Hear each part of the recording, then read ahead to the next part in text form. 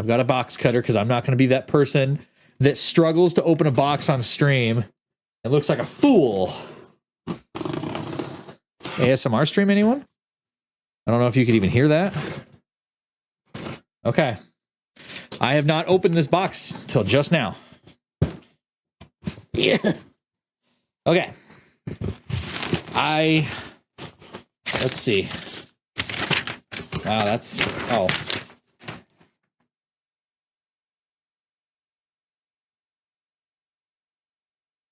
Well, I mean, it's on the list, so. Watch it be the wrong order. No, this is my order. Okay. And reminder, this is because I won that giveaway with Kult of Athena, so they gave me $100 credit to use. So I used the $100 credit and then spent some more. You never want to just use exactly what they give you. Give it a little more. This is a small local, not local, this is over in a state over, but, you know, small business. I wanted to give them more support than just using the money that they gave me. That's my box? What? Okay. Let's get into this. Packing! Woo! This is all I see at work because this is exactly what I do. I use packing. That's the perks of being in shipping and receiving. Okay. First thing we'll get out. This little brown leather pouch. I've always wanted just a cool little brown leather pouch to put on a belt. And so I got one. Christmas came early for sure. This is just a little brown suede leather pouch.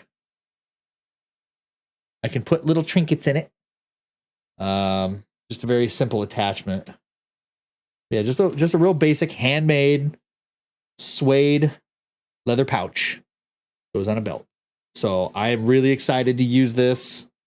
I'm not entirely sure what this material is that they used for the clasp. It might just be plastic. It could be bone for all I know. Some kind of composite material. Not really sure. Not a coin pouch necessarily. It could be. Honestly, you know what my first thought was? To put in here. Where's the other one? Who's the other one? You know, put my rupees in here. Milo's trying to talk to you through the air vent in his room. Hi, Milo, if you can hear me. Put my rupees in there. You can hear them. I can do that.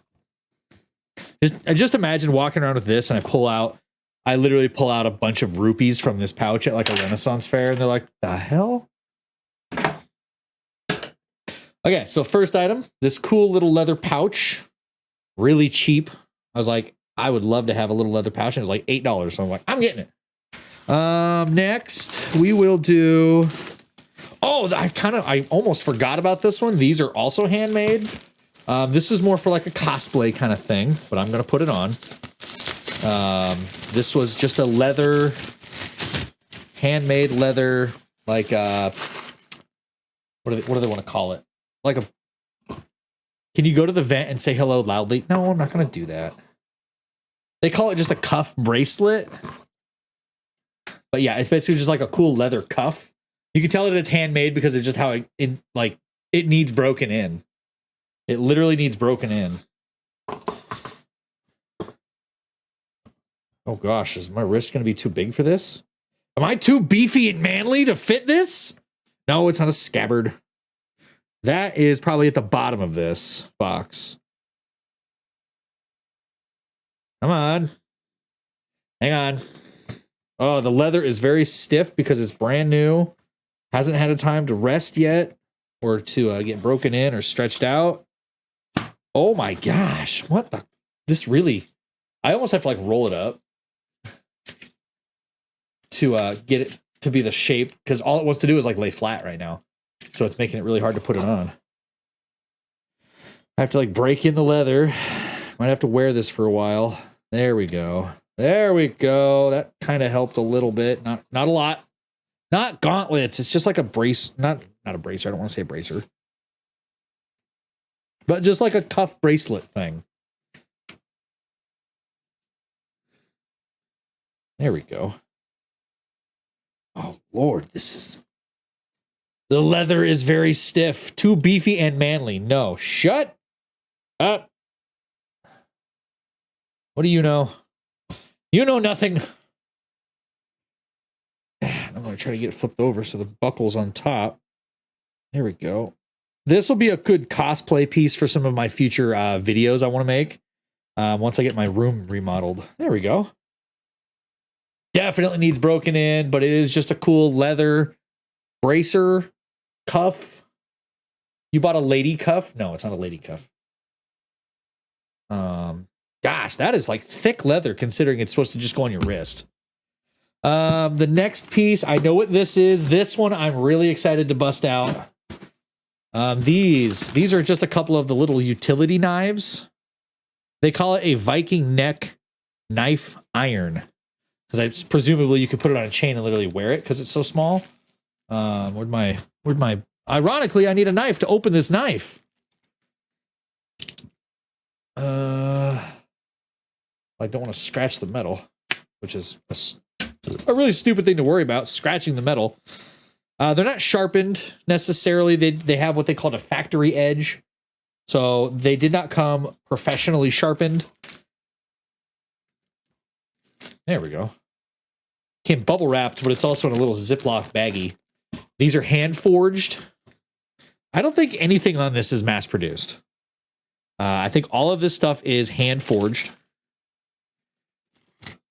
Oh, love it. I should have brought some paper towels down. They are a little oily. They keep a coating of oil on them so they don't rust. But that is it. There's 2 of these. But they are hand forged. Just these cool little knives for, cutting up your food. Yeah, it's like kind of ground to a point, but it's not sharp. Like I can't even cut this. Yeah, it's not really going to do anything right now. It's literally, I'd have to sharpen it myself, which won't be an issue. I'll do that. I don't care. I definitely should have brought some paper towels down though, because this is coated in oil. Presumably this is going to have a bit of oil on it. And there's the dagger way down yonder. Let me put the box down. Yeah, Coco, could you bring me some paper towels? Is that possible? Could I ask that of you? Prithee, be so gracious as to bring me some paper towels. Just so I can wipe the oil off. That way my hands aren't getting all oily because they are literally coated in oil. And that's actually recommended maintenance for any kind of armor. Maybe if you ask nicely, she'll be, yeah, I know, I just did. That's recommended maintenance for any kind of armor that you get or weapons that you get, is that you, every few months, if you don't use them, maybe go a little longer than that, but every few months, you get them out, you clean them up a bit, and then you put a nice coat of oil or some other kind of protectant film on them so that they don't rust. And that's why they ship things like this. If you get anything in the mail that's metal like this, and you notice that when you get it out of the package, it's oily, that's why. It's just so it doesn't rust. Voila. Are you still cold? I'm freezing. Why are you freezing? The heat is turned up in this house for once. Hang on. Did you turn the heat up? I turned it up 1 degree like 3 days ago. Always cold. I don't understand it. Ain't he cute? Mm-hmm. There's 2 of them. One for me and another one for me. So I've seen people make little pouches. Yeah. Hikers do that. Yeah. Yeah. These are There's cool. A lot of places you can't have pews. Yeah. So this will be cool. Hand forged. Hi, Celestian. Vern has purchased guns that were coated in oil. Yeah, exactly. Same reason. They just do that so that the metal doesn't rust. Finally got my oil change. It took, all it took was hitting something in the road, causing a leak under my car. Have you just finally, I guess I didn't realize you needed an oil change really bad? I'm trying to see the chat and I'm like, dude, go get on your phone. You blind. I is blind. Hi. Hi, Celestian. We're unboxing my order from Kult of Athena. Here, let me show you. I'm gonna just back cap a little bit just so Celestian can see. Kitty, no. It's been almost 4 years. Jeez. Razlo. You work at an auto parts store. Gosh, for shame. All right, Celestian, we're going to recap real quick. This is my order from Kult of Athena. So the first thing I opened and showed was this cool little suede leather bag. It's nothing super fancy. It's literally just a suede leather bag that'll go on my belt. I wanted it because I've always wanted a little bag, just a little pouch like this. And it was really, really cheap, so I ordered it. The next thing I got was this cuff. It's going to be mostly for cosplay purposes. I don't really see myself going out in public with this, to be honest. Not because I'm like ashamed of having it. It just doesn't fit my style that I normally wear. Which, if you want to see what my normal style is when I go places, it's a gray sweatshirt and gray sweatpants with a gray hat. I literally wear everything gray. It's like the goth inside me grew up and just kind of toned it down, and now everything's gray instead of black. Radiant would. Absolutely. Radiant totally would. And I think they came in black leather, too. And I know Radiant would be all for that. Fair enough. Yeah. Okay. So this is the next thing. Everything in here is presumably handmade from local artisans. So after the cuff, I got 2 of these. They're just little Viking style utility knives. They're not sharp. They just kind of sort of made an edge on them, but they're not sharp. Like, I am at no risk of cutting myself unless I really, really try. That's all right. The kids carry the goth onward for you. I've been looking for black boots. I've always wanted a good pair, like a cool pair of black boots, though. So that's always been something I've wanted, but now recently I've just wanted it even more. We'll go to the next cool thing. We're going to move on from that. I don't want to open this yet because I feel like this is going to be the biggest pain in the butt. Highcast cut himself on a playset plastic knife once. Oh my gosh. Well, I better not let him ever touch this then.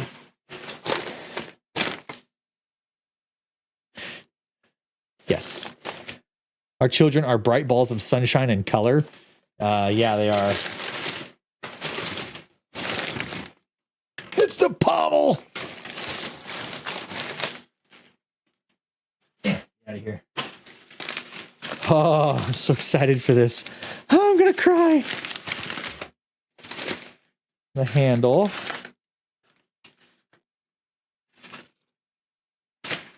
Now, why is that wrapped up at the end? That's just silly. Don't worry, I don't want to touch that. Hang on, let me get this plastic wrapping off the end of here. I don't know why they wrapped the end of this in plastic. Yeah, freaking Razzle is excited about this. I think Razzle is just as excited about this as I am. So this is my new combat-ready dagger. Again, not sharpened. Oh, it feels good in the hand. The scabbard is lovely. The scabbard doesn't attach to it in any way. It doesn't like have a strap or anything that like holds it in. Oh my gosh, I'm in love. This is a big moment for me.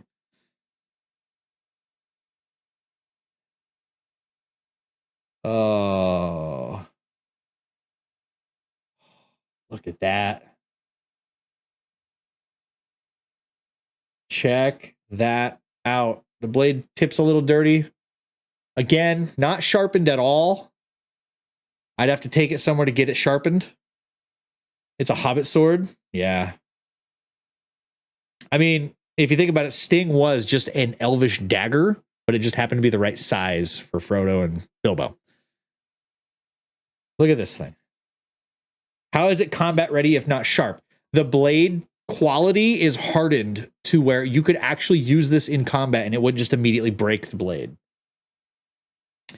I love the crossguard design. I've always been a fan of just the straight across crossguard. I mean, yeah, it's got these little bevels, little dips, but it's still straight. It doesn't like, yeah, you know what I mean? Nice, heavy-ended pommel. You still have your punching dagger? Oh, that's in the office, or that's in my closet. That's just for decoration, though. That's literally just decorative. Oh my gosh. It's a little heavy on the end. Its balance point is definitely not right at the handle. I don't think. Very Celtic. Hang on, I'm going to see if I can. Yeah, no, its balance point is definitely not right at the handle. It's more like right behind the handle. I can get it balanced on a finger good. Yeah, the balance point is like right behind the handle or the hilt, the crossguard. But either way, this is a badass piece. I want one. DM site, ! armor for the link. A little dusty, but I think that's just from packaging. Oh, this is a really cool one.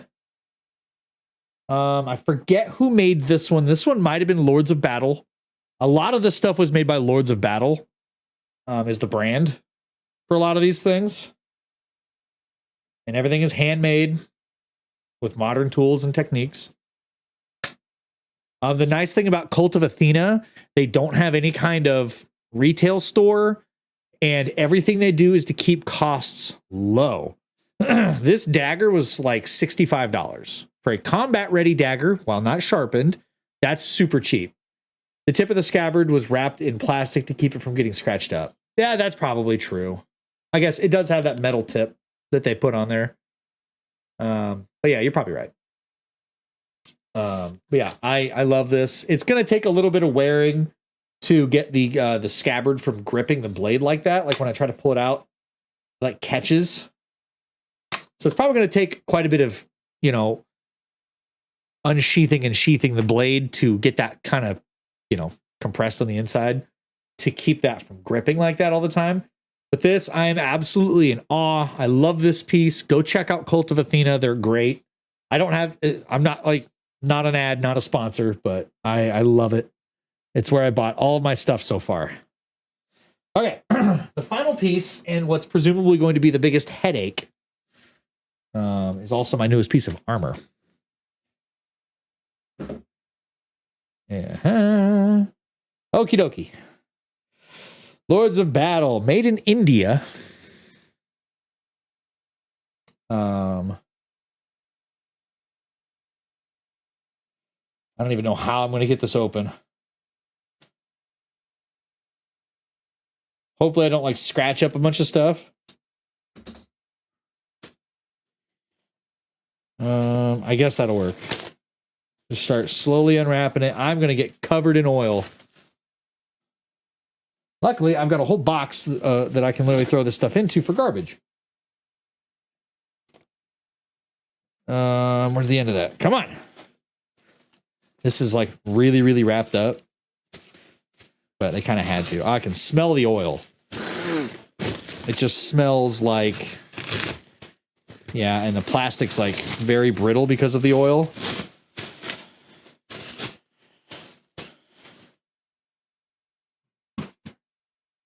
I'm probably going to ruin my sweatpants with doing this, but...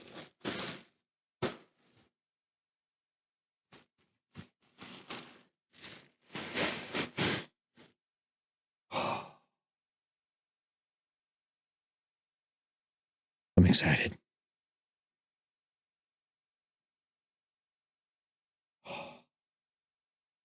Chainmail. This is actual riveted chainmail made with alternating flat and round rings. So it's extra durable. Actually the armor itself isn't super coated. A ball of metal oil. Le gasp. Yeah, right. I probably shouldn't do this without something over my hair, but we're going for it. This is probably going to get... I'm probably going to have a few regrets putting this on without any kind of... Wait, where's the... Okay, there it is.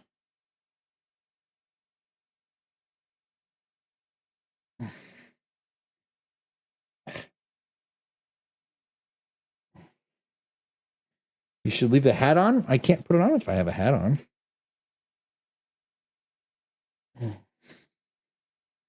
Oh. It'll definitely be something I have to get an arming cap for.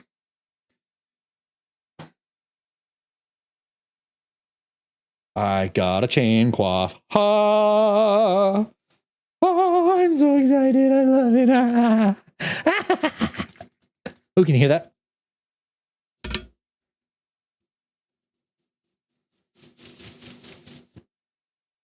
Oh, yeah, there we go. It is a little bit different, I'll say. But, you know, decent mobility. Is it something I could make you?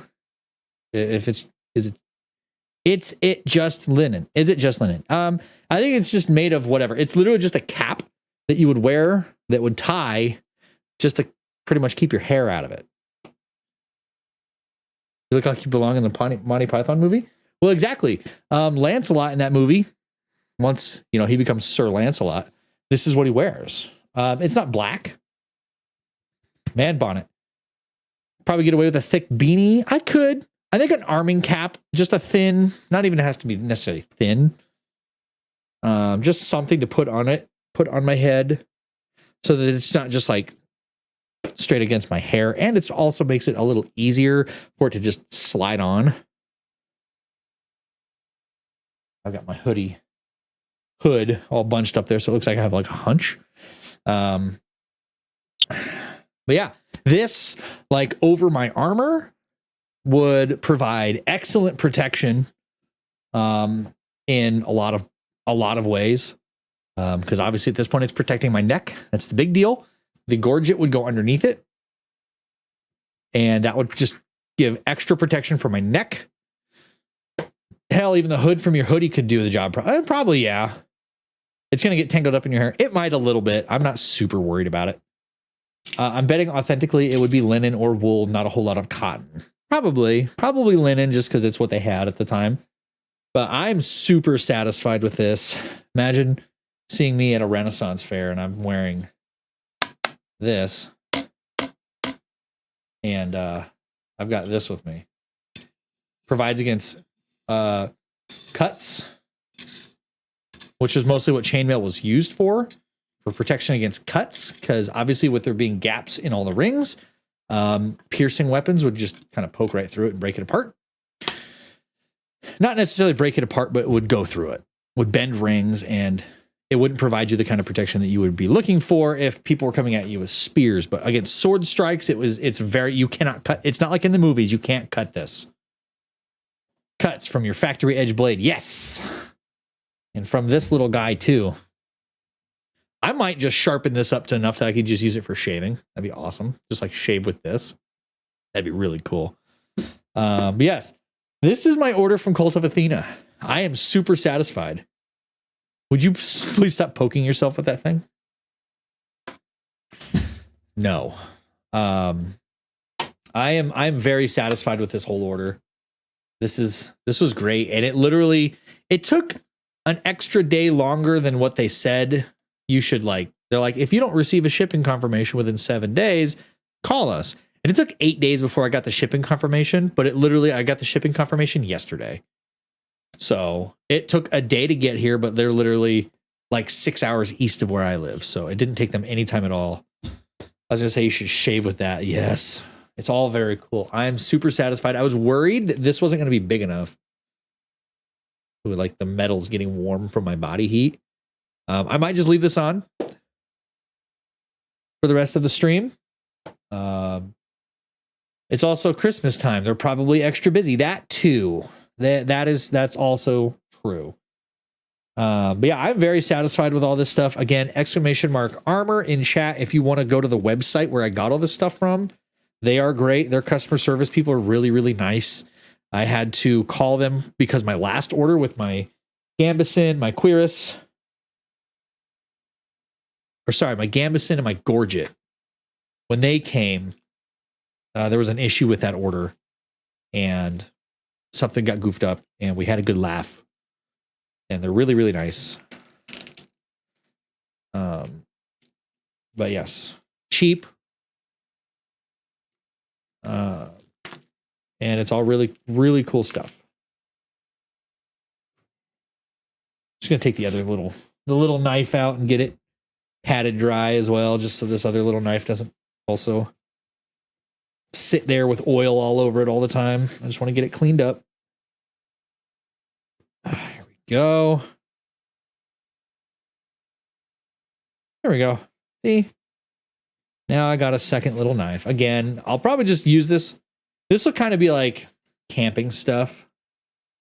Make shears out of it.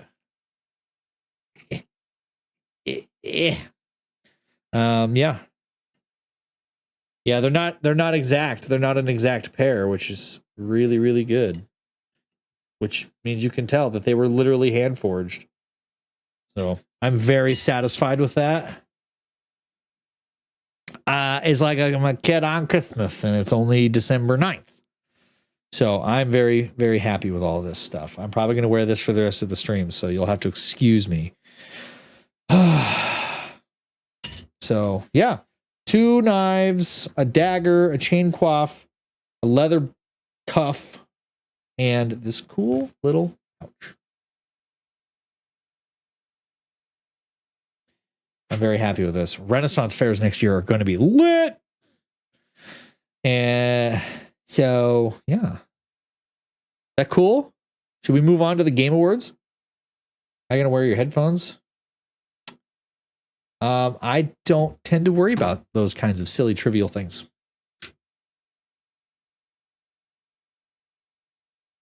Just like that. Duh. Okay, maybe I won't wear this all stream. Now you can see the embarrassing part. There's even drawings from way back in like the 15th and 16th century of people taking off chainmail and just how embarrassing it is. Because if you're wearing a chainmail shirt, you get it on by just like putting it above your head, wiggling your arms in, and then flipping it over your head and letting it fall. How do you get that back off? You can't just undo it that way. You have to bend over, and this is how I do it. You literally have to like bend over, put your arms out, shimmy it off, kind of pull it a little bit and shimmy it off, and you look like an idiot. So they even have drawings of this. You can find old drawings of people taking their chainmail off and people standing there laughing at them because it looks ridiculous. But then everybody has to take their chainmail off that way. So everybody looks stupid, okay? Karen, don't laugh at me. I don't know how hard it's going to be to take this off. Usually, you don't need to take chainmail off for that. Shut up.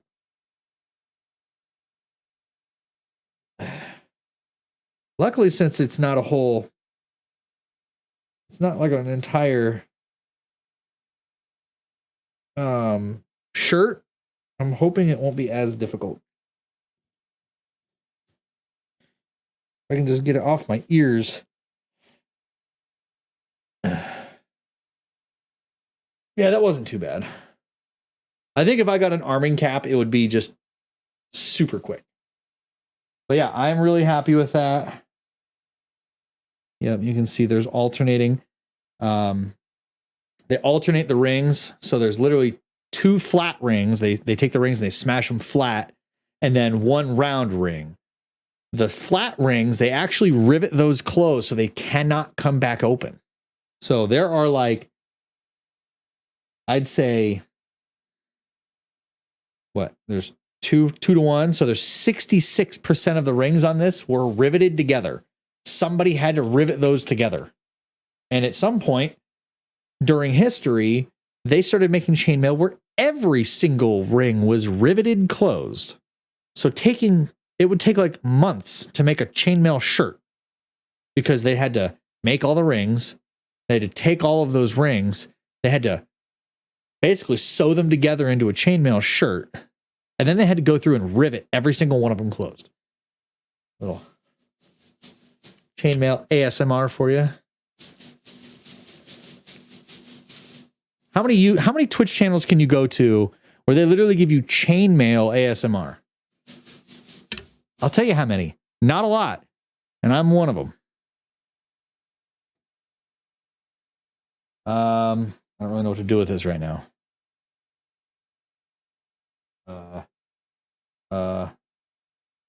Is it heavy? It's probably 10 pounds. I mean, it's metal. It's actually metal. You know, it's metal, bruh. This itself is probably like 10 pounds. My chainmail shirt, and my chainmail shirt probably weighs 30, 40 pounds, and that's after I removed bits of the sleeves, because the sleeves were going to come down to like here, and I was like, I want the sleeves to come off like here. So I had to take pieces of the sleeves off. I had to literally go through with pliers and undo rings to take parts of the sleeves off. So that one probably weighs 30, 40 pounds. This little guy's, yeah, he's like maybe 10 pounds. I would have a headache after 5 minutes. Yeah, it's not comfortable. I went to a Renaissance fair with a chainmail shirt on, and after 4 hours, I was like, why do my shoulders hurt so?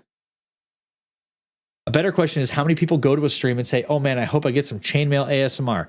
Listen, I'm pretty sure that there's a lot of people out there that go to ASMR streams that are getting sick and tired of the same ASMR that they always get.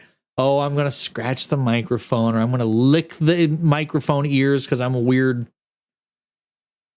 horny person that just wants to hear people making licking sounds. Blech. Or, you know, I want to watch people eat food and just purposefully chew it loudly. And they're probably going to get tired of it. You know what? Here's some new ASMR for you. I took the kids to PetSmart today. We looked at cats, and right away I saw this beautiful calico medium hair cat. It was facing away from us. I gasped and said, oh, it's the prettiest cat. The cat slowly turned around, had the crankiest face ever. I said, oh, that's an angry kitty. And then the cat straight up hissed at me. I'm in love. You're going to get people the idea that, like, you love being abused or something like that. You're going to definitely... The food thing isn't ASMR. It's called mukbang or something. Yeah, it's ASMR, but yeah, I think it's a Korean term. They actually made a word for it, and anytime I hear that, like if I'm going through Instagram and I see a person with a huge pot of food right in front of the camera, I'm like, scroll right on past that, because I don't want to hear them take a single bite. It makes me want to punch wild animals. By cats, yes. The more elusive they are, the more I want them. Whatever. Okay, so that was the unboxing stuff. That's the cool, physical, tangible, exciting stuff. Hi-ya! I don't want to I don't want to throw this around too much and get like banned from Twitch.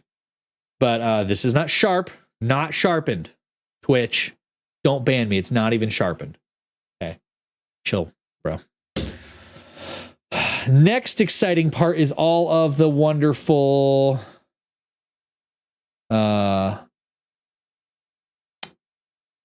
Game Awards stuff. Plenty of trailers to go over.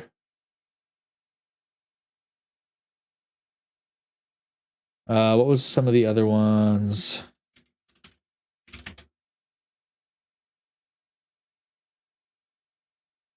Let's see. We'll do that one as well. I'm just pulling up a couple of the trailers. Let's see. Let's go to the actual Game Awards website. And we'll pull up the 2022 stuff. This was all streamed yesterday, so if you missed the Game Awards, you can go to YouTube and find it.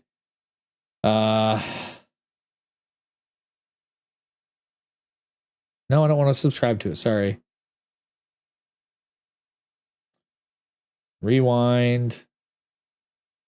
Oh, that's like older years. I don't want to watch older years. Winners. Here we go. We'll go to the winners category. Okay. So I've got a few things pulled up. You just watching the trailers or the whole thing? No, the whole thing was like several hours. I wasn't going to do that. I was just going to go over the game, like some of the big points of the Game Awards. Mukbang is pronounced mukbang.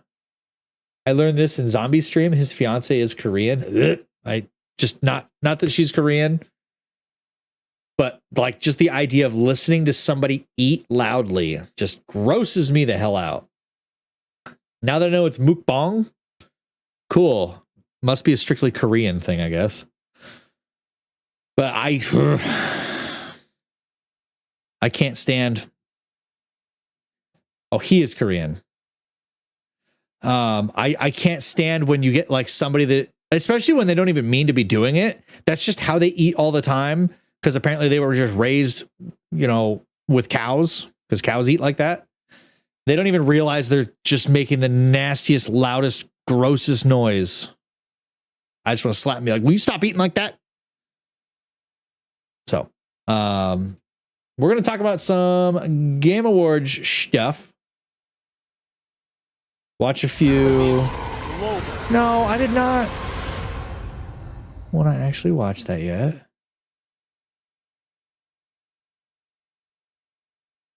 Okay. I agree. I cannot stand noisy eaters. I will say something and threaten you with your life. Yeah. It's like if you're going to eat near other people and you eat like that, starve. Please. For the sake of everybody else's sanity. Okay. So, Game Awards, for those of you that don't know, the Game Awards, like the Game Awards. I don't mean like, oh, this is such and such's Game Awards, or this is such and such's Game of the Year pick, or, because like everybody has their Game of the Year. But I feel like the Game Awards is like the gold standard. It's the one everybody listens to. You mean like a pig eating slop? Exactly. So the Game Awards happened yesterday. They put on a big old long show. They go over a ton of different categories. They pick the Game of the Year. And it's a pretty big deal. It really is, because a lot of studios get some really good recognition. There's some indie games that like the dev teams get some recognition for, and it's a big deal. Oh, I also have to look up Flute Guy. We have to watch Flute Guy. Because Flute Guy is my absolute hero right now. Let's see, what else was there? Oh, there's Game Awards kid. Random kid invites himself onto stage. Aren't you the flute guy? Not anymore. Okay. So first thing I want to go over, I just want to go over the Game Awards website, because that's where all of like the categories are going to be, and it's going to show who the winners are. This thing is like not the most comfortable thing to wear, but I want to break it in, so I want to keep it. Flute guy's name is Pedro Eustache. Yeah, I followed him on Twitter. I saw the video that he made. He is my hero. Flute guy, Pedro, I think he pronounced it Eustache, kind of like mustache, but with an E at the beginning. Pedro Eustache. I love him. He's my hero right now. He is my hero right now. I love Flute Guy. So, first things first, this is the Game Awards website. Obviously, first thing we have here is Game of the Year. This is like the last thing to be announced, but it's the first thing on their website. So the other nominees were Plague Tale Requiem, God of War Ragnarok, Horizon Forbidden West, Stray, and Xenoblade Chronicles. Xenoblade Chronicles 3. I think it honestly came down to God of War or Elden Ring. No offense to Plague Tale. From what I've heard, it's an amazing game, but honestly, I don't think it ever really honestly had a shot at beating out God of War or Elden Ring. So, official Game of the Year, Elden Ring, as I wanted it. I didn't go in there and actually vote for it, but it's just what I wanted to win it. I don't have an account with these guys, so I didn't make one. I'm gonna have to do something else to like break this cuff in. I might have to just wear it all day tomorrow. So, official Game of the Year overall, Elden Ring from Software has done it again. They have made a beautiful game. I do plan on reinstalling it because as of I think today, or maybe yesterday or a couple days ago or something like that, they released their Coliseum DLC. So now it is an actual PvP arena. So expect an Elden Ring open PvP night at some point. People can come in, we can PvP, we'll have some fun. Nothing serious.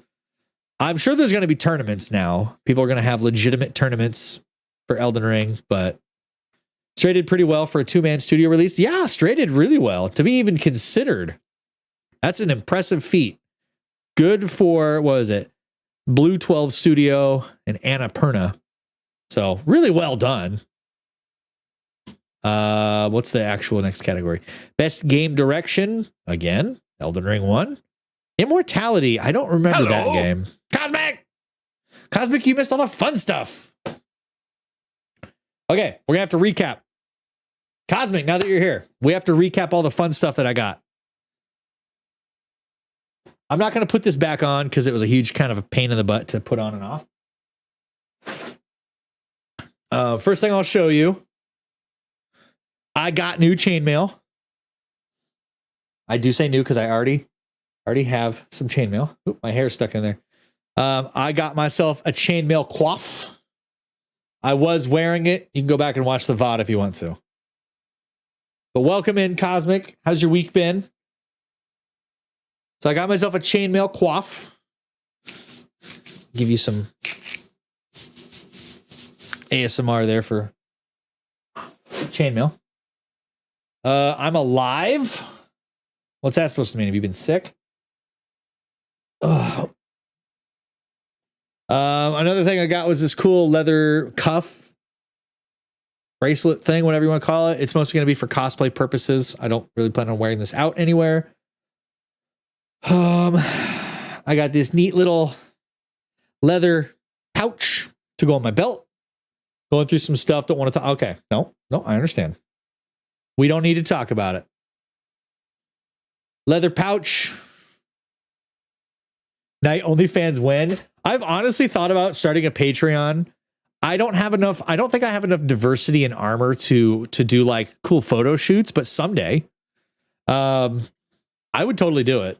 I'd make an OnlyFans. I mean, OnlyFans isn't just for, naked people. These are just a couple of really cool hand-forged utility knives is what they call them. Just neat little knives. Tasteful nudes. Yeah, right.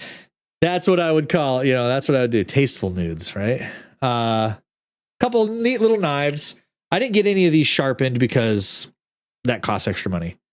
Sexy Night Calendar and Armor when? Coming in 2024. Okay. And the final piece, Cosmic, this one might make you happy. I got myself a full-blown combat-ready dagger. So, full tang, leather handle,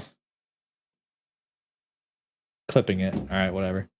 Again, not sharpened because that $20 to sharpen it. I guess I don't know how much it would cost to have it sharpened anywhere else, but not sharpened at all. You want a Warhammer? Go check out Kult of Athena. ! Armor. ! Armor, whatever. I found that exact dagger. Yeah. What do they call it? The Knight's Simple Dagger or something like that. Late medieval knightly dagger. Yeah. Who am I stabbing? At this point, whoever breaks into my house. Right here. I'm in love with this knife. This dagger. The handle feels really good. It's a good shape. It feels the leather wrapping is really nice. They have halberds and dude, they have everything. You can literally, if you go to their website, you can break it down by culture, and you can find weapons specific to like countries. I found an Italian falchion I want to get, but it's like $400. So yeah, this is my new dagger. Mostly for cosplay purposes, obviously. The scabbard needs a little bit more worn in. Odd one. What's going on, though? I didn't say hi to you. Hi. I'm sorry. Calendar soon. Okay. All right. Let's get off that subject. OnlyFans and calendars. Especially now that Odd One's here. That's the last thing Odd One needs. Is the thirst. I'm going to take this bracer off for a little while. Mostly because my wrist is getting sweaty underneath it. Whew, but I do like, look at it, it's starting to keep its shape now. Damn you, Knight, why are you introducing us to this awesome stuff we can't afford? Honestly, it's not that expensive. Sorry. These little knives were only about, I think these ones were $5 a piece, honestly. There's some for like $5 and some for like $10. This little leather pouch was $8. The dagger? How dare you? Thirst drinking a Barks at the moment. Oh, that sounds really good. The dagger, not sharpened, was like $65. So not that bad. I can hardly afford all my Warhammers, let alone a Warhammer. Dude, I saw your Instagram post for your year of painting, those 4 figures. Those look really, really good. My problem is I'll want everything they have. Yeah. I understand that. I have a huge wish list on that website. I'm slowly checking it off.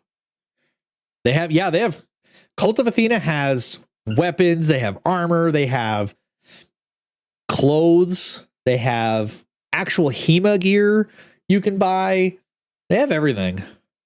It was a year last month, but due to struggles, I didn't put the pictures together till today.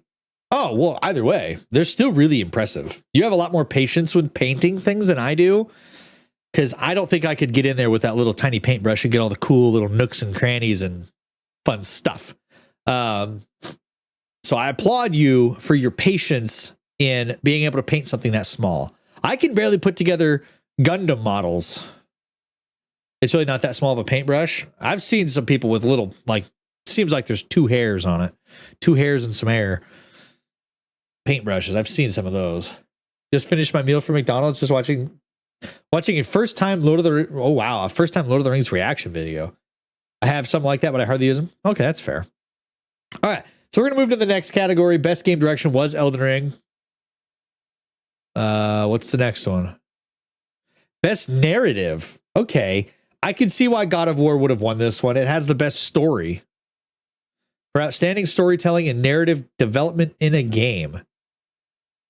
Yeah, I can see that one. I mostly use like 2 or 3 brushes depending on the paint and the part I'm painting. Oh, also, I'm waiting. But best narrative, I could definitely see that going to God of War Ragnarok. It's a pretty good story. I've been watching Tiro Quinn play it. It's Rabbi Bill Clinton. I forgot. I have that video pulled up. Random kid. They're just calling him the Game Awards kid. So I will show that one. Are you breaking down the Game Awards from last night? Yes, we are going over the Game Awards from last night. So the mailman is just now delivering our mail. Damn, he's working late. So yeah, best narrative, best story game, God of War Ragnarok. I could agree. Elden Ring didn't really have like, I feel like their games never have like a super straightforward story per se, because it's so open world and it's so free form and you can do whatever the hell you want. But God of War Ragnarok, I could definitely see why it won best story. That happened to me last night. I got my mail at 11 p.m. What the hell? Best art direction, Elden Ring again. It is a beautiful game. You know, I've streamed it. Some of you have seen me playing that game. People don't like to read. What do you mean? People don't like to read what? Best art direction. So yeah, creative and or technical achievement in artistic design and animation. Pretty good. I did like the look of Scorn. I want to stream Scorn someday. Looks really good. God of War Ragnarok's really nice looking though. Like visually, God of War Ragnarok is a satisfying game as well. Very, very well done visually and art style. It's really cool. Sometimes we don't get the mail delivered at all. Sheesh. Best score and music. I guess I didn't really ever pay attention to God of War Ragnarok. Narrative in Elden Ring is obtained through item descriptions. Oh, that's what you mean. Yeah. It's 9:30 at night. Yeah, it's 9:30 and Mama is just getting the mail. This was one that this particular section was met with a bit of controversy. Best score and music went to God of War Ragnarok instead of Metal Hellsinger, which is literally a game that was centered around music. Stray was beautiful. The designer modeled the cat after his own cat. Oh, I didn't know that. But yeah, this one, there was a lot of I'd say a lot of people were very upset that Metal Hellsinger didn't win this one for best music, because it's a game where the gameplay is centered around music. It's not just, oh, it has cool music in the background, because Doom and Doom Eternal had cool music. Metal Hellsinger, the basis of the game is centered on the music. It's really annoying. What I can't stand is when I'm tracking a package and it goes between like half a dozen facilities in the area just to deliver it to me. I hate that too. Did y'all see the idiot who crashed the best game acceptance speech? And yes, I've got that video queued up. I have a few videos we're gonna watch. The vocalist from System of a Down did vocals on that too. Yeah, this game had amazing music. I played the beta, the demo, quite a while ago. I didn't play it on stream, but I did play it. It was amazing. The music is great. Everything's based around the music in this game. It was so good, and it still didn't win. Not everyone likes metal, but God of War shouldn't have won. Even the guy who accepted the award made a joke about how it only has like 3 notes. Yeah, right? Plague Tale had great music too. I'm going to have to go back and like watch some Plague Tale stuff. I don't know if I'll ever play it, honestly. Got to trudge through the snow, 4 houses down to get my mail. Maybe you don't want to have to do that once you get to Florida. But yeah, Plague Tale, I'll have to check it out at some point. I'll check it out and see what the hype is. But yeah, this one definitely should have at least gone to Metal Hellsinger. It's literally a game about music. Best audio design. I don't know. Honestly, I don't know. This one does have a lot of cool monster sounds in it, and like, I don't know, the voice acting. Christopher Judge is an amazing voice actor. Gran Turismo 7, I feel like, is just car noises and music. Call of Duty is just guns and music. I don't see really where much of the audio design comes from. Elden Ring had some fucking bangers, though. It did. Elden Ring had good music. I'll check it out. We'll see it here in like 2 years. I don't know if I'll do anything like that on stream. I might watch just some YouTube videos on it or something. But this one, it kind of makes sense that this would go to God of War Ragnarok. It's got a lot of cool sound effects, you know, all of the different weapons. If Mama has to trudge through the snow to get her mail in Florida, we have a much bigger problem than the mail. That's true.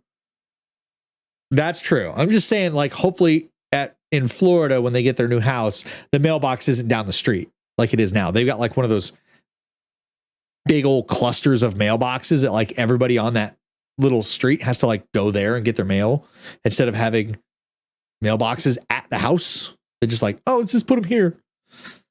It's just so the mail people could be lazy and not have to get out of their vehicle. God of War Ragnarok, I think that makes sense that audio design would win for God of War Ragnarok. I think that makes sense. Best performance, again, Christopher Judge, who voiced Kratos, is amazing. Sonny Suljic, who voiced Boy or Atreus. I mean, he's a kid. To me, honestly, kids around that age, they all sound the same. Kids just sound like kids. But Christopher Judge is an amazing voice actor. Let's not forget him eating up like 15 minutes of the fucking show. What? Christopher Judge? People want him to play play Kratos if they make a God of War movie. And I will hold a bit of grudge for that. Yeah. Yeah. But yeah, Christopher Judge, they want him to play, and he wants to play Kratos if they ever do a live action movie. And I think that'd be really cool. He's built for it. Yeah, it was a ridiculously long speech. Some people are like that. I don't know if it like goes to their head or if they just don't realize that they're just going on and on and on. Between Christopher Judge and Al Pacino, that was 20 plus minutes. I didn't watch that speech, so I don't know. Some people I think are literally just oblivious to it, and some people just keep going because they want the attention. They turned the music up to make him stop, but he just got louder. So that tells me that he knew he was going on for a long time. He just wanted the attention. Not really even a speech, more like drunken rambling. I'll watch award shows live, but like 10-minute delay so I can scrub through the crap I don't care about. True. Games for Impact, a thought-provoking game with a pro-social meaning or message. I don't know any of these games. I should start doing that. Yeah, that'd be a good idea. Just like when the award show starts, pause the live feed, give it about 10 minutes, 10, 15 minutes, and then play it. That way you're behind a little bit. I don't know any of these games. As Dusk Falls won it, I don't know what that looks like. Some kind of outdoorsy scenario. I don't know. Citizen Sleeper, I've heard about. But that's it. I don't know any of the rest of these. I was a teenage exocolonist. I don't know anything about these ones, so I don't. Thought-provoking with a pro-social meaning or message. In other words, they made a game that they wanted to push. I don't want to say an agenda because that means that they have like ulterior motives to like brainwash people, but like it's a game centered around some kind of a message that they want to send, which I guess makes sense, but I've never heard of any of these. The best ongoing is Final Fantasy XIV. When I saw Yoshi P come onto stage, I was so excited because it's the first time he's been on the show. I was so glad to see Yoshi P, that Final Fantasy XIV is still doing so well that it is winning the best ongoing game. It's beating Destiny 2 and Fortnite. Destiny 2 is pretty much dead, though. Sorry. Apex is pretty much dead. Genshin Impact, people still play it a lot, but it's pretty much dead. Fortnite, I don't know. I don't know what's going on with Fortnite. I don't think anybody really cares about Fortnite all that much anymore, but Final Fantasy XIV still winning awards for a game that's been out for a long time. And yes, they've added new stuff, Shadowbringers and just constantly improving the game. It makes sense that they are the kings right now of continued just support and improvement in their game. Square Enix does not mess around. Everybody plays Fortnite? I don't know if everybody does. I don't. You don't. I don't think anybody here plays Fortnite like consistently. Maybe like they've played Fortnite, but I don't think much of us here consistently play Fortnite still. Ninja still streams Fortnite, if anybody cares. So going on to the next one. Okay, so here we go. The best indie game did indeed go to Stray. And from what I'm told, well deserved. Sifu sounded like a kind of a cool game, but I didn't really see it going anywhere. Neon White looks like a weird Bleach spin-off video game. Cult of the Lamb, that was a big one there for a while. Cult of the Lamb was a big deal, but I think Stray was just, yeah. Dixieland's never played Fortnite. It's okay. It's a decent time killer if you don't mind, not winning every time. It's a fun, just colorful little time killer. That's about all I can say about it. Cult of the Lamb, that was a good game for a lot of people. I know a lot of people sunk a lot of time. Some people are still playing it. And of course, with the Twitch integration, having your cultists, your cult members. Bleach, Sifu is pretty much Absolver too. No, I'm saying Neon White. It just looks like some of the characters that you would see in Bleach. Like some of the end game characters from Bleach with their weird like masks and the horns and all that stuff. Fortnite makes me motion sick. That's fair. It's kind of a weird third person view. But yeah, I'm saying Neon White looks like this guy looks like something out of Bleach. But yeah, Stray, well deserved, especially for only, I think Mama said the studio is like 2 guys. Not bad. 2 guys made a video game that won a major award. I think Cult of the Lamb came out too late for this year. Next year will be their year. Maybe. I don't know if they'd be considered. Best mobile game, Marvel Snap. I've heard a lot about Marvel Snap. I didn't know Apex even, this is Apex Legends right here, by the way. I know I'm in the way. I didn't even realize that Apex had a mobile game. The hidden ending takes you to the same mountain and there's a bunch of Absolver stuff all over the game. I didn't know that. This is the best news and your cats are going to be so relieved. Yes. It's a major award. Yes. Diablo Immortal obviously was not a very big hit simply because of all of the microtransactions and the pay to win aspect of the game. Bad decision for Blizzard to let somebody else make a game for them. Like that. It's like, yeah, you guys can make this game for us. Just don't make it suck. And then they were like, oh, let's just put microtransactions in it. Genshin Impact again. I feel like people are just kind of over Genshin Impact. Tower of Fantasy, I heard for like a week, I heard a lot of things about Tower of Fantasy. Marvel Snap, I heard a lot of stuff, a lot of good things about Marvel Snap. You all have phones, right? Yeah. I mean, and then they released it for PC as well, so you could literally play Diablo Immortal on PC. But it was still the fact that they just threw microtransactions in your face, and they're like, well, you know, that's what happens when you let another studio make a game that's going to be on mobile. What are they going to do? Microtransactions. All right. Best community support, again, Final Fantasy 14.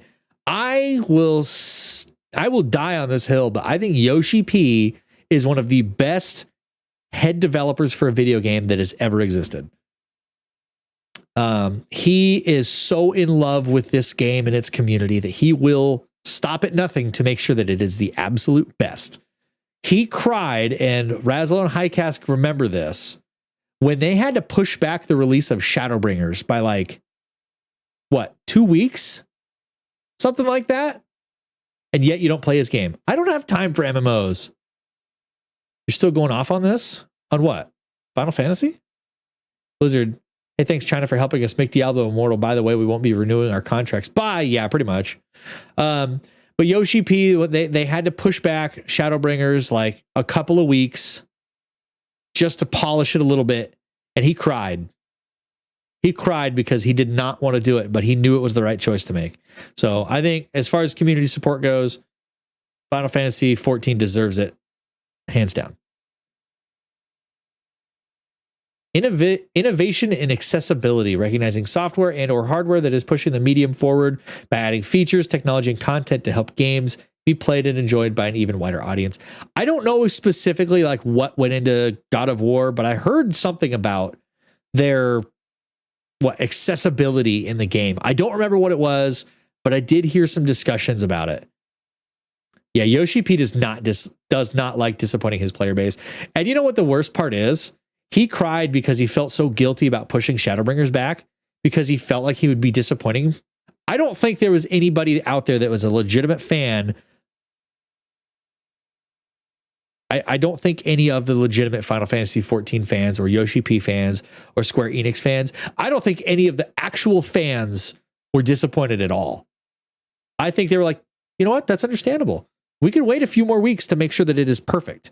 And he still cried because he just felt that bad. So Yoshi P I will always have respect for Yoshi P. A difficulty slider is accessibility. Is that what it was? It was mostly just a difficulty slider. Imagine if they gave Dark Souls a difficulty slider. As Dusk Falls, I see on here again. Return to Monkey Island. I guess, I didn't even realize that this was like a big deal game. Last of Us Part 1, The Quarry. I don't know anything about the accessibility. I've never played any of these games, so I don't know anything about it. Don't speak such blasphemy, you heretic. I'm just saying.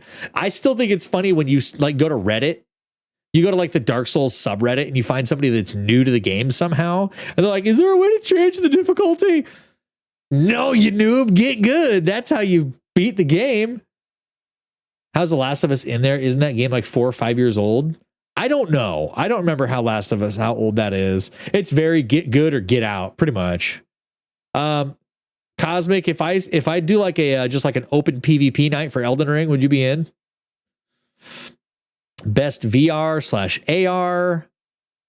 The Last of Us came out like 10 years ago. Wow, did it really?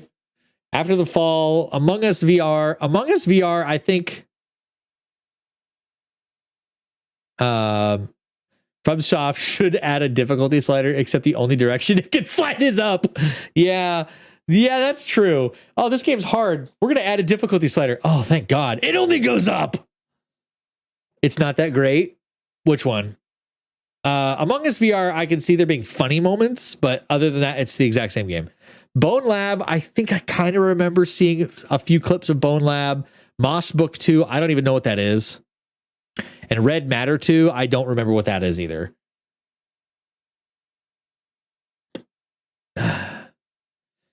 I think it's because part 1 was a complete rehaul on mechanics and graphics, but yeah, in my opinion, it wouldn't let it. Yeah, I don't know how Last of Us is still categorized or qualified for any of these awards.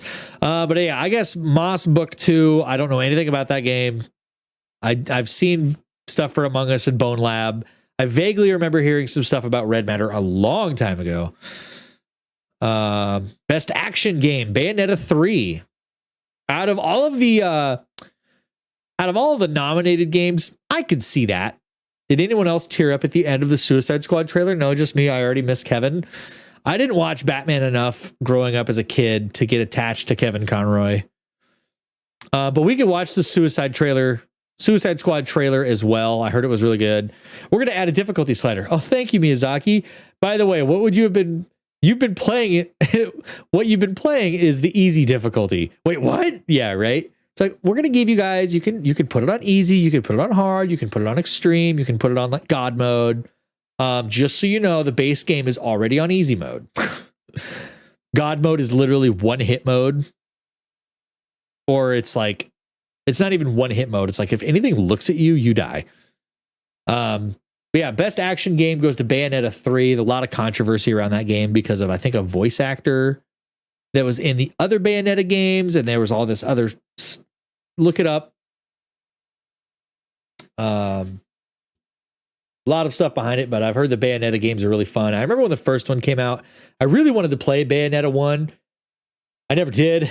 I've done that with so many games. Oh, that game looks really cool. I should play that, and I never do. Call of Duty Modern Warfare 2. I don't even know how any Call of Duty games are still qualified for anything.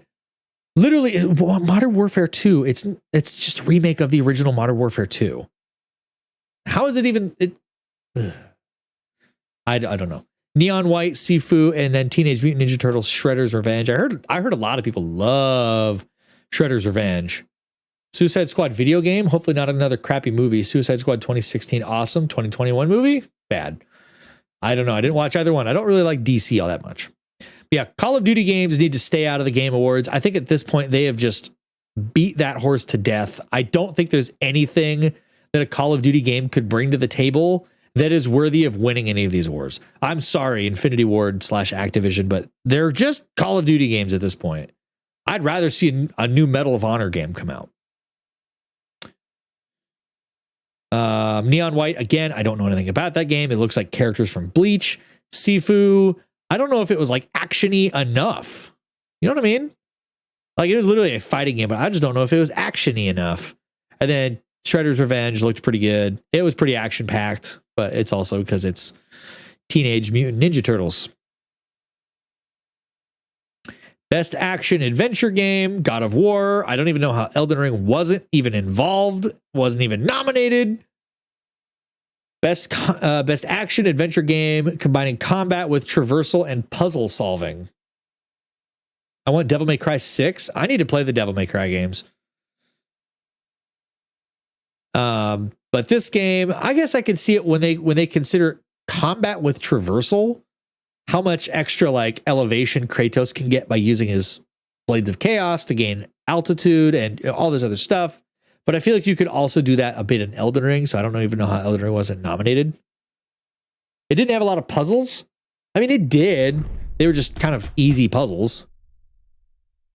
Most of the puzzles in Elden Ring were like, get to the end of this dungeon. That was the puzzle. Some of them, yeah, they had puzzles like the chariots you had to avoid. Those were puzzle-esque. It was more just like run to this nook and dodge out of the way before the chariot runs you over, or if you ever even figure out how to destroy the chariots. But I can see why action adventure would go to God of War Ragnarok. I think there was a dungeon or two that was kind of puzzle-esque. Yeah, fair. Best role-playing game. I don't think there was even a doubt that it was going to be Elden Ring. Live a Live. I think I saw some stuff on Live a Live or Live Alive or whatever, however that's supposed to be said. I don't know.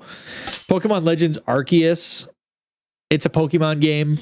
When you boil it down, it's just a Pokemon game. Triangle Strategy, I don't know anything about. I feel bad for Xenoblade Chronicles. They haven't won any of the things that they've been nominated for. But I've still got, like, Wizard of Time still plays Xenoblade Chronicles 3. North Wolf loves Xenoblade Chronicles 3. There's some people that I know that I watch that are still just in love with Xenoblade Chronicles 3. They still love Pokemon games. Triangle strategy is kind of like Fire Emblem. Okay, I could definitely see the vibes. Live a Live kind of looks like Fire Emblem too, but it's just that art style. But yeah, I remember playing some of the Fire Emblem games. Those were pretty cool. So maybe I'd like Triangle Strategy. Maybe at some point add that to the list of games to play. Whatever system it's on. Xenoblade, always a bridesmaid, never a bride. Maybe it'll win one of these categories. I don't know. Best fighting game. Multiverse with Shaggy. Yeah, that was a big deal game there for a while. It's pretty sad that Sifu didn't win this one, though. I mean, it's literally a game where you are a martial arts, student trying to grow up and learn in the ways of martial arts.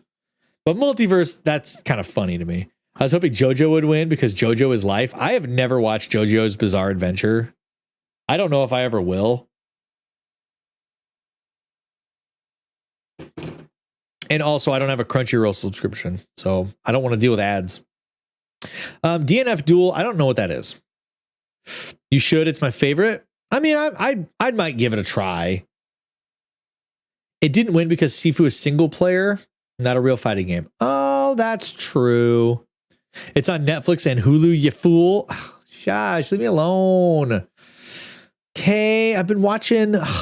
We watched Wednesday. I finished Mobile Suit Gundam Iron Blooded Orphans, and now there's other Gundam shows I gotta watch. Leave me alone. DNF Duel, I don't know anything about. But yeah, I guess that is a good point about Sifu, single player game. It's mostly a story game, but it is literally a story centered around fighting. So that makes sense.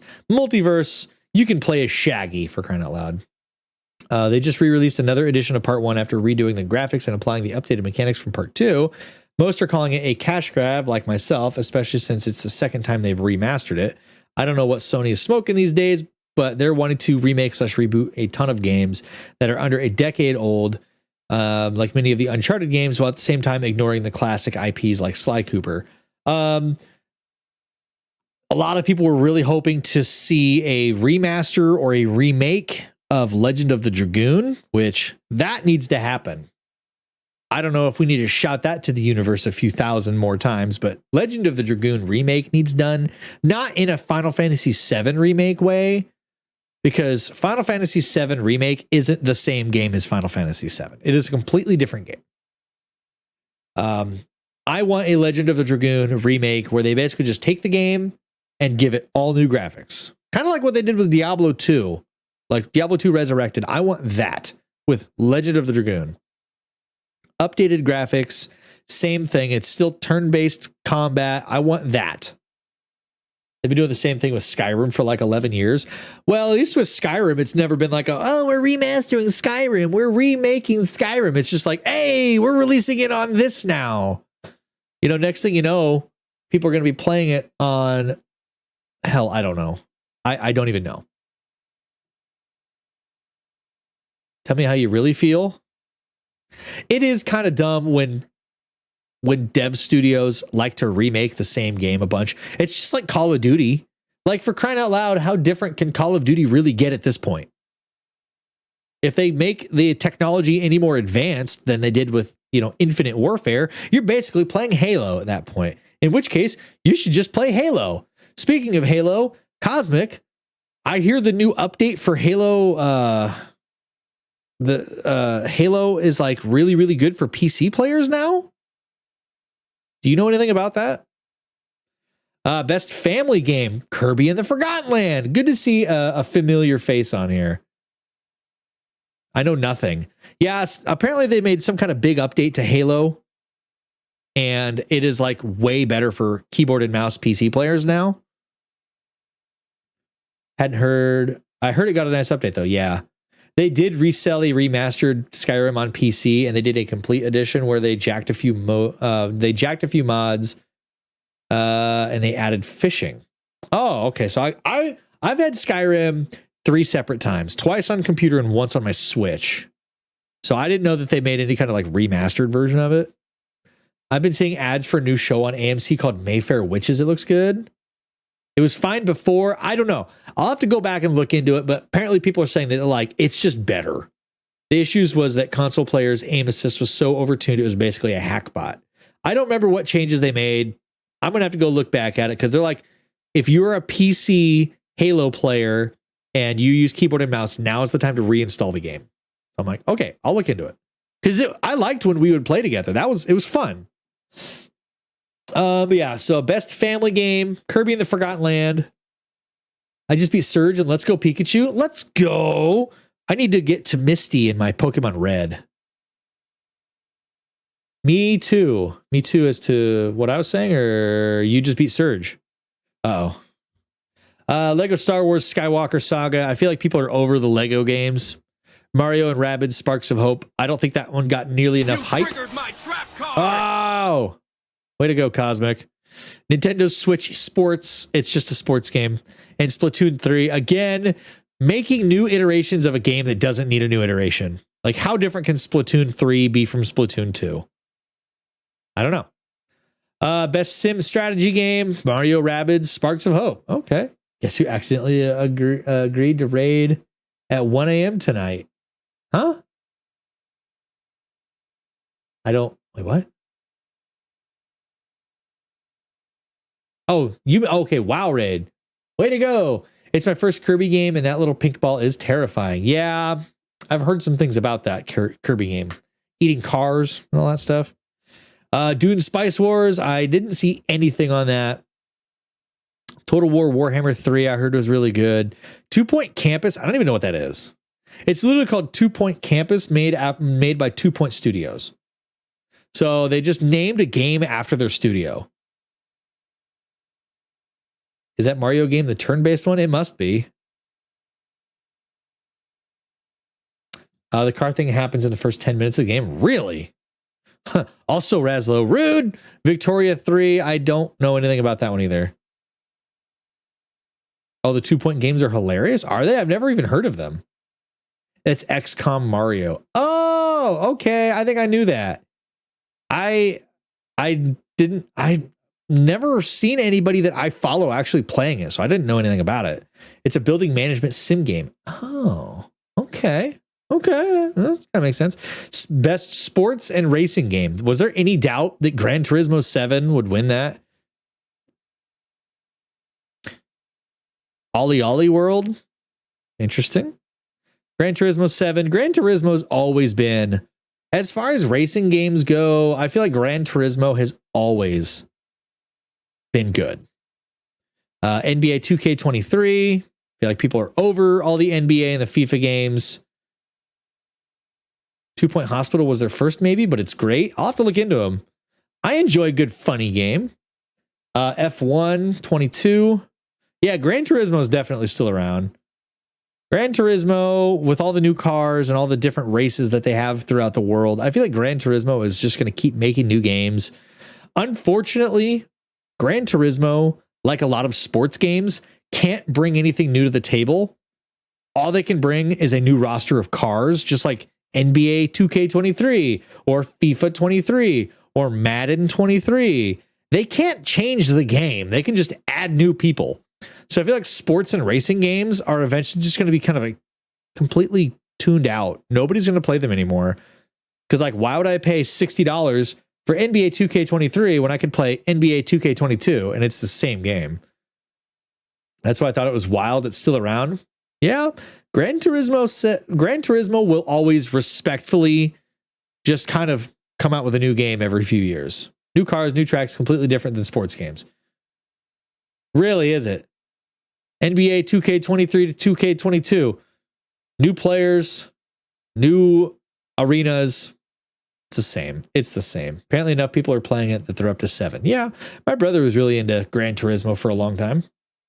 I don't know if he's played 7. I don't even know if he's played 6. Best multiplayer. I did see that multiplayer went to Splatoon 3. Interesting that Overwatch 2 even got nominated. I feel like people hated that game pretty much from release. Splatoon 3 seems like a good party game.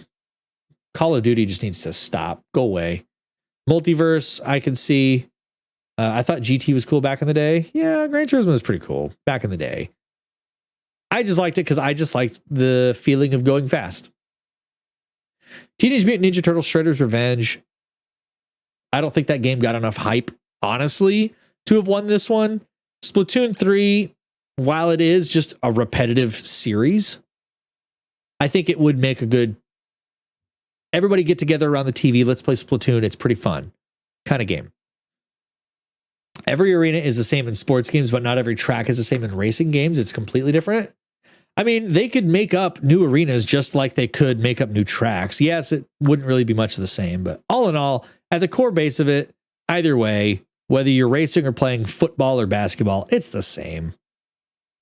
Yeah, you can make new tracks, but it's not going to feel any different from the game before it. If anything, they should stop making new games and just add on to the existing game. Look what Super Smash Bros. Ultimate did. Instead of making another Super Smash Bros. After Ultimate, they just kept adding on to Ultimate, adding new characters, adding new arenas, adding the ability to make a custom arena, making custom characters. Super Smash Bros. Did it the right way. They stopped making new games and just beefed up the latest one. At least with Skyrim, it's treated more as an afterthought, and they just take from modder ideas and apply it as an official release versus Sony taking one of their best studios out of developing a new game to do a remaster. That's stupid. Like, they don't even have their star quarterbacks working on Elder Scrolls Online or Skyrim remasters. The QBs work on Starfield while Second String works on Skyrim remaster number 379 because the game structure, etc., is already there. That's what all multiplayers need to be. Just update number whatever. Exactly. Just seeing there's a Christmas movie on next week. Gotta love a bit. Shut up. Shut up, Huggy. It's not a Christmas movie. Huggy and I went back and forth on Twitter for hours the other day as to why whether or not Die Hard's a Christmas movie. Huggy, I adore you. Thank you, Cosmic. All right. So best multiplayer, I can totally see why Splatoon 3 won. It would just be an easy game to pick up, play for a little bit, put back down. You don't have to dedicate a ton of time to it. Content creator of the year, Ludwig. He's just made some waves because it's Ludwig, you know. He switched to YouTube instead of Twitch. As I said, is it a Christmas movie? Debatable, but the setting being Christmas, relevant. Huggy, the same thing could be said about any given Sunday at that company when there would be less people there. He could have just broken in on a Sunday. Die Hard is a Christmas movie. Oh my gosh. Yeah, so Ludwig won Creator of the Year. Whoop-dee. I think there's actually other people out there that could have actually used... Honestly, what's Ludwig do nowadays? He just hangs out with other YouTubers and doesn't really do anything relevant. Sorry. Ludwig's just been doing the same thing for years. Now, I think chat is broken. Yeah, they all seem to be... I don't know. Some kind of chat bug has been going around where every time somebody says Die Hard is not a Christmas movie, it comes through his chat as Die Hard is a Christmas movie. I don't know. Their phones are broken or their computers are broken or something like that. They keep autocorrect. That's what it must be. It must be autocorrect. Because, you know, autocorrect is always wrong. So Ludwig won Content Creator of the Year. Best debut indie game was Stray. We've already established from your tier list the other day that you're wrong. No, y'all are just misguided. Kate's been broken for years. She keeps saying the same thing. Yeah, I agree. It's just an affliction. You know, someday they'll get it. Because honestly, if they're going to say Die Hard is a Christmas movie, then they have to say that Edward Scissorhands is a Christmas movie. The Sandlot is a 4th of July movie. So Stray winning the best debut indie game makes sense. They won the best indie game overall. Mine worked, but ignore that post. Die Hard is not a Christmas movie. I'm glad Mama agrees. Moving on. Best adaptation. Oh, this is for actual shows. I finally actually watched Arcane. Amazing show. It was a great show. I hope they come back with a season 2. I would say that's accurate about Sandlot, that it's a 4th of July movie, even though, like, Not even 5 minutes of the movie takes place over the 4th of July part. Edward Scissorhands is a Christmas movie. What are you smoking? That's what I'm saying. If you're going to say Die Hard's a Christmas movie, then so is Edward Scissorhands. Cyberpunk Edge Runners was also a really good show. I didn't watch the Cuphead show. My kids love Sonic the Hedgehog. I heard Uncharted sucked. I don't know. I heard the Uncharted movie sucked balls. Edward Scissorhands is not a Christmas movie because it takes place over a long period of time, not just a single day. Huh? Like a third of the movie is centered around Christmas. I loved Arcane, but Edge Runners was a better interpretation of the game. I never played either one. I've played League of Legends, not enough to really know anything about it, but I never played Cyberpunk, so I don't know how the show relates. It was a really good show. I loved Cyberpunk Edge Runners. Believe me, I love that show. Jaws is totally a 4th of July movie too. There you go. It's a baseball movie that includes 4th of July. What else would you watch around 4th of July that wasn't so hardcore American? See? It includes a holiday, so it has to be that one. Most anticipated game. Legend of Zelda Tears of the Kingdom. Honestly, yeah, I could see that. Based on the other ones, I will say Final Fantasy 16. I'm really looking forward to that one too. Arcane was more about lore than the game. Oh, that's true. I guess if you put it that way, that makes a lot more sense. Yeah, it was more about like the relationship between Jinx and Vi and some of the other characters. It wasn't so much like, here's how the game works. That makes sense. You actually have a good point. If someone said Starfield, they would be lying. I don't even know why people are still worried about Starfield. Couldn't do it on a Sunday because the terrorists were trying to extract the codes from an executive. Why would exec be in on Sunday and not security? Exec would be at the Christmas party though. So if that's the logic there, then why wouldn't they just break into the executive's house where he won't have security? It'd be easier to break into his house. I wouldn't consider the Sandlot a 4th of July movie. July 4th is like 5 seconds of the game. But that's my point. It includes a holiday, so it has to be. Starfield would have been a close second for me. I think with Star Citizen coming out, I'm not super worried about Starfield. Final Fantasy 16, though, I'm really looking forward to. That game looks really cool. But of course, Legend of Zelda Tears of the Kingdom, basically Breath of the Wild 2. That's a big deal game for people. Yeah, I love broken, shitty, buggy space games. Yeah, Star Citizen's so buggy it ejected me from a plane once. Ejected me from a ship. Best esports game. How is Valorant still winning anything? That game blows. I'm sorry. Valorant is a terrible game. You ever tried to break into some random dude's house in the middle of fucking New York without being seen and surrounded by cops? I mean, have you ever tried to break into a giant corporation literally full of people on a holiday and being surrounded by cops? I think a single person's house with no security would be way easier to break into than a literal giant building in the middle of the city. 1776, the musical, every single Independence Day for like 10 years. Plus, we always watched The Patriot. So I was definitely wrong about the angel in the trailer. It was Inarius. Yeah, we were just talking about that a little bit ago. Inarius makes sense because Inarius is Lilith's lover. So it makes sense that it's Inarius. We will be getting to that trailer, Rental, by the way. Stick around. We are going to be getting to that. But yeah, I still don't get how Valorant is still winning. That game makes no sense. It's the only first-person shooter game that I've ever seen where they discourage aiming down sight. Look at like 90% of the pro Valorant players, they never aim down sight. They just hip fire and it's more accurate and it's super toxic. The pre-order included the Wings cosmetic that matches. Oh gosh. If only the pre-order wasn't $70, I would be all over it.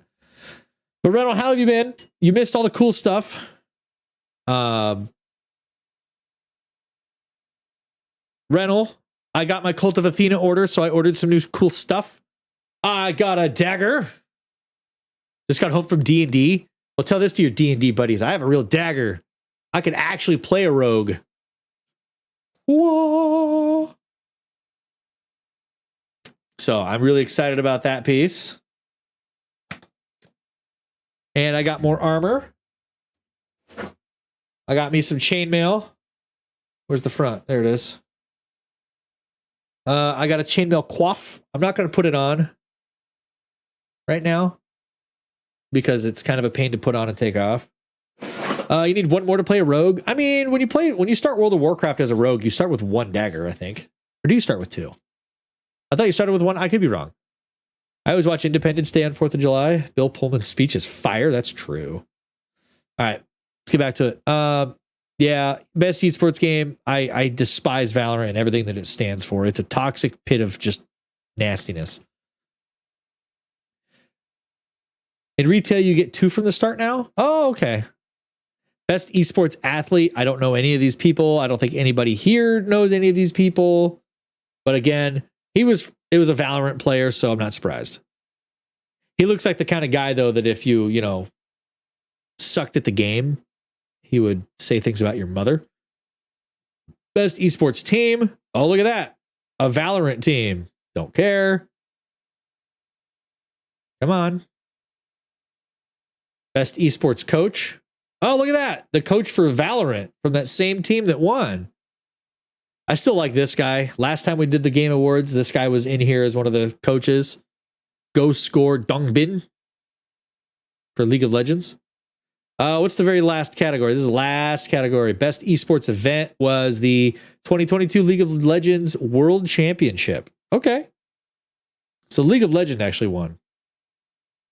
I'm glad the Valorant Champions 2022 didn't win that.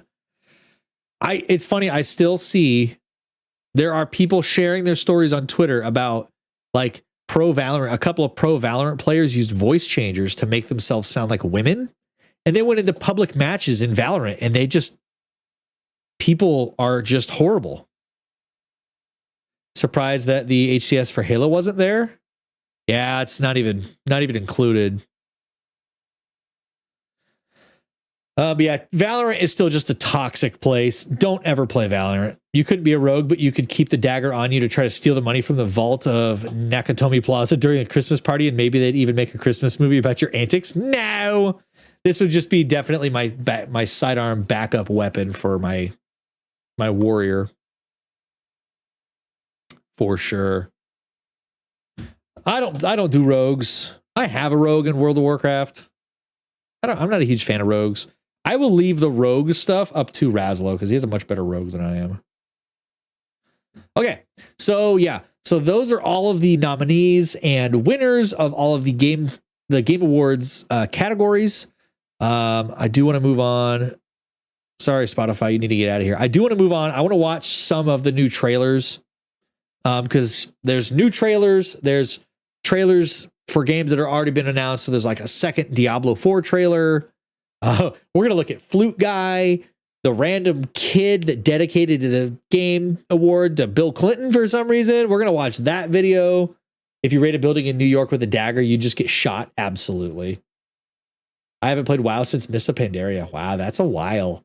I need to remember for Die Hard, isn't the system they're trying to break into closed loop, not accessible from the outside, so they had to do it both when the boss was there and when security was lessened? I don't know. It doesn't make any sense to me, though, that they would lessen security just for the sake of a holiday. If it's a major corporation, presumably multi-million-dollar corporation, because this came out, a long time ago, so multi-million would be more accurate for the times, they would never lessen security for any reason. Not even Christmas. Because if they had an executive that held the key to billions of dollars in assets, why would they lessen security? That doesn't make any sense at all. If anything, you'd have more security. You'd have the same amount of security that you normally would during normal business hours because the executive is the key to the money. So why would you lessen security simply because there's a party? Guess what you're going to have at this Christmas party? Lots of drinking, presumably drugs. You'd want more security to make sure the employees don't do anything stupid. But security would be more likely to be busy at Christmas because the building is full of people. So are they going to lessen security or are they going to have the same amount of security? You can't argue for both. They either have to lessen security by letting people have time off or they have to have more security. You can't have it both ways. Mainly because the company had millions of dollars in bearer bonds and a safe in the building, which they could have gotten at any time. It would have been just as easy to sneak into the building as a business, person as it would be to just be some rando at a Christmas party. Anyway, we're going to get on to some of these trailers. The first one I want to watch is the Armored Core 6 Fires of Rubicon trailer, because I'm mostly excited about that game. So what would be the best time to do that? Anytime. Literally anytime. Just because it's a Christmas party doesn't make it the best time. Security is going to be the same. Literally anytime would have been better. All right. So we're going to watch Armored Core 6 Fires of Rubicon world premiere trailer. So you're telling me that it's just as easy to sneak into a building on a Tuesday when it's empty rather than when there's 2,000 people are there? Well, where do you think those 2,000 people are going to be on a Tuesday? They're still going to be in the building. Security's still going to be just as tight. It's not like on Tuesday, those people go home and come back for a Christmas party. They're still in the building. It's a Christmas party for the employees. All right. Let me kind of skip. Oh, I guess this is like a little teeny tiny bit. The party was for their family and friends. Well, you think they're just going to invite tens of thousands of people? Anyway, we're not talking about, I almost said Dead Space and Dark Souls. We're not talking about Die Hard. We're talking about Armored Core 6. Announcement. That's so weird that it's just announcement. All right. This has been a game that I've been wanting for years.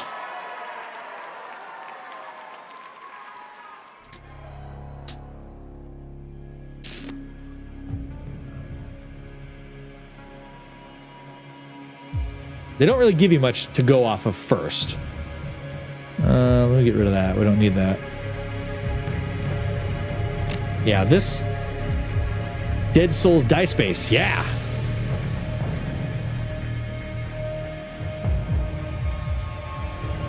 This part I didn't catch this part at first. I caught this trailer a little bit into it, but this part, like, you don't really know what's happening yet. There's not really a whole lot going on that you can derive what kind of game it is. Unless you knew ahead of time. In which case, that's cheating.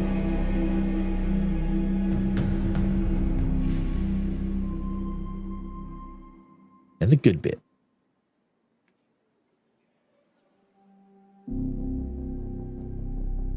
I'm excited.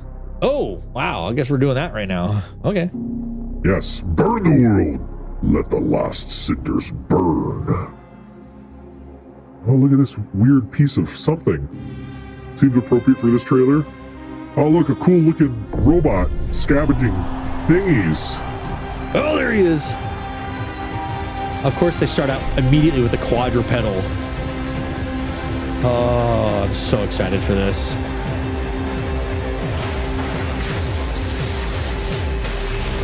EMP, it looks like.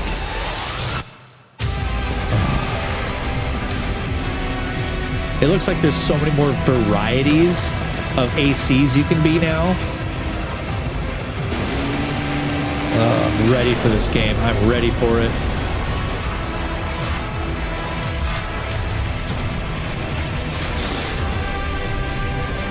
Just jabbed that other AC right through the cockpit. Look at the detail. It's so beautiful.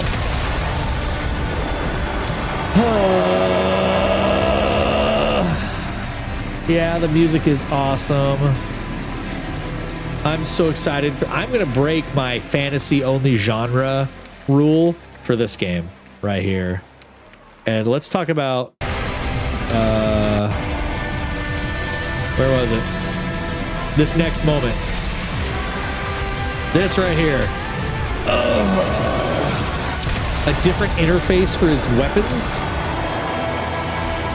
Like, swaps out weapons, which I think they introduced that back in like Armored Core 4 or maybe Armored Core 5, where you could actually swap out weapons. It might have been even older than that. I don't remember. You had the ability to swap out weapons, like mid-fight. You weren't stuck with the same guns. But that's really cool that you're able to swap them out. Have you played any of the other Armored Core games? Yeah, we played a lot of them. I love that it's not just Armored Core, which means the old games still matter. Yeah. So Odd One, I played originally. I started on Armored Core 3. We played Armored Core Last Raven. Nexus, Silent Line. I played 4 and 5. I've played most of the Armored Core games. I adore them all. They are all amazing. Giant Robots. Hello. I grew up in the 90s. Giant Robots is my thing.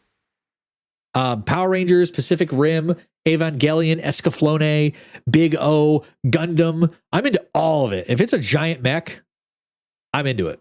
I've got Gundam models in my closet and up on my shelf behind my green screen.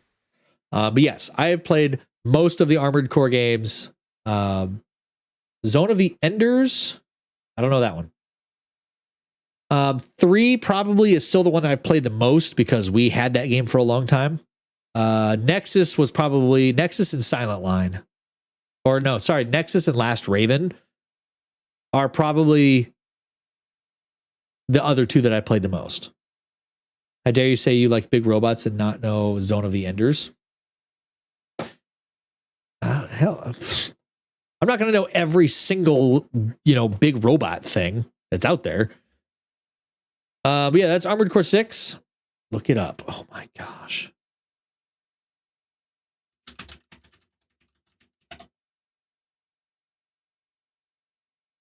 PlayStation 2, Game Boy Advance, PlayStation. Okay, so it's been around for a while. Oh, okay. That's okay. So, Konami made it. Okay. Okay, I might have to check these out, honestly. It's an old PS2 game they did a remake for. Okay. I'll have to check it out. I've never heard of this. Space Griffin VF9. If you have heard of Space Griffin VF9, you have played some old ass games. And yet you didn't get into Batman, which was super popular in the 90s, just saying maybe we do a Batman animated series marathon.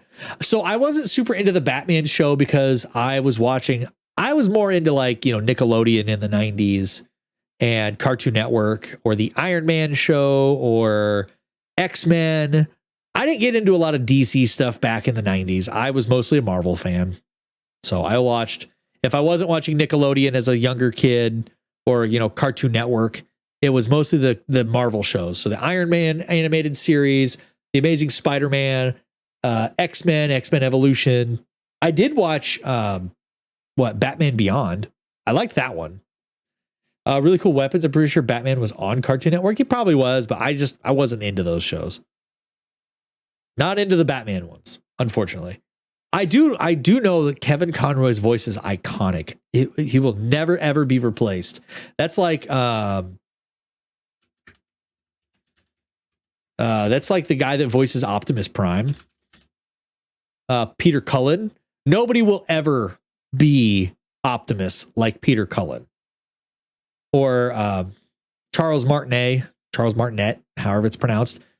No one will ever voice Mario like he does. Zone of Enders would have been half as popular if had it not come out with a demo of Metal Gear Solid 2 on the disc. Oh, it comes with this? Well, I should try this game because it comes with this demo. Okay, this game's actually pretty good. Knight has always been a fantasy fan. Yeah. Yep. Which is why the next one we're going to watch is the Diablo 4. The second Diablo 4 trailer. This is not the original Diablo 4.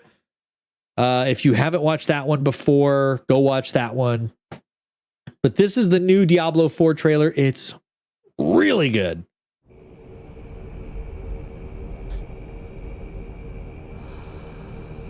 My favorite trailers were Diablo, Suicide Squad. Oh yeah, I gotta look up Suicide Squad. A lot of people bought it just for the demo. This looks painful, but she seems to be totally fine. Remnant 2 trailer? Okay, I'll look that one up too. We can look them all up. We got plenty of time. Yeah, Rental right now is geeking out. Rental and me are geeking out. I love this. She's like a priestess. In the burning hells. They are in the burning hells. Oh, look at that army. Look at it. Oh, I love that armor so much. The design. Little bits of Tyrael. The original Tyrael with the spiked pauldrons. Oh, there he is. It looks like Tyrael to me, but I guess it's not. I wish I'd played the other Diablo. You should. The cheat. You guys are such fangirls. Yeah, there you go. Be angry. Today we fight true. Yeah, it's Inarius. I'm just saying, when I first watched it, I thought it was Tyrael because of the round piece on his pauldron and the one-handed sword. It looks like Tyrael a little bit. Inarius makes more sense. Blessed be the light. Oh, this part's so cool. Oh my gosh, this part's so cool.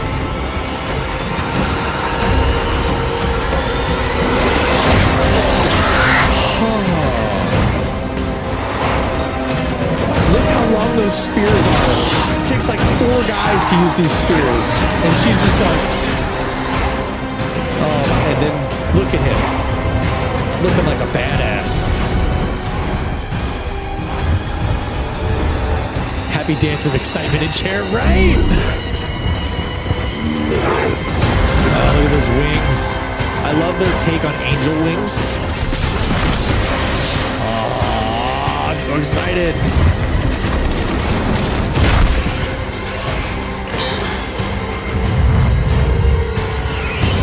Oh, there she is. I have returned to hell for you. I am going to be ready. I hate that they put the little windows up for you to like see the other.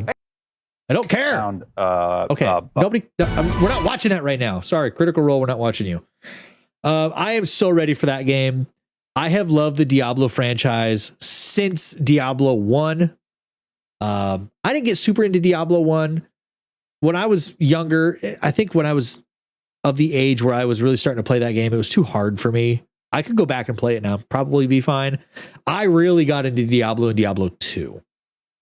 Diablo 2, I think, is the game that cemented in my mind that I want to play video games for the rest of my life.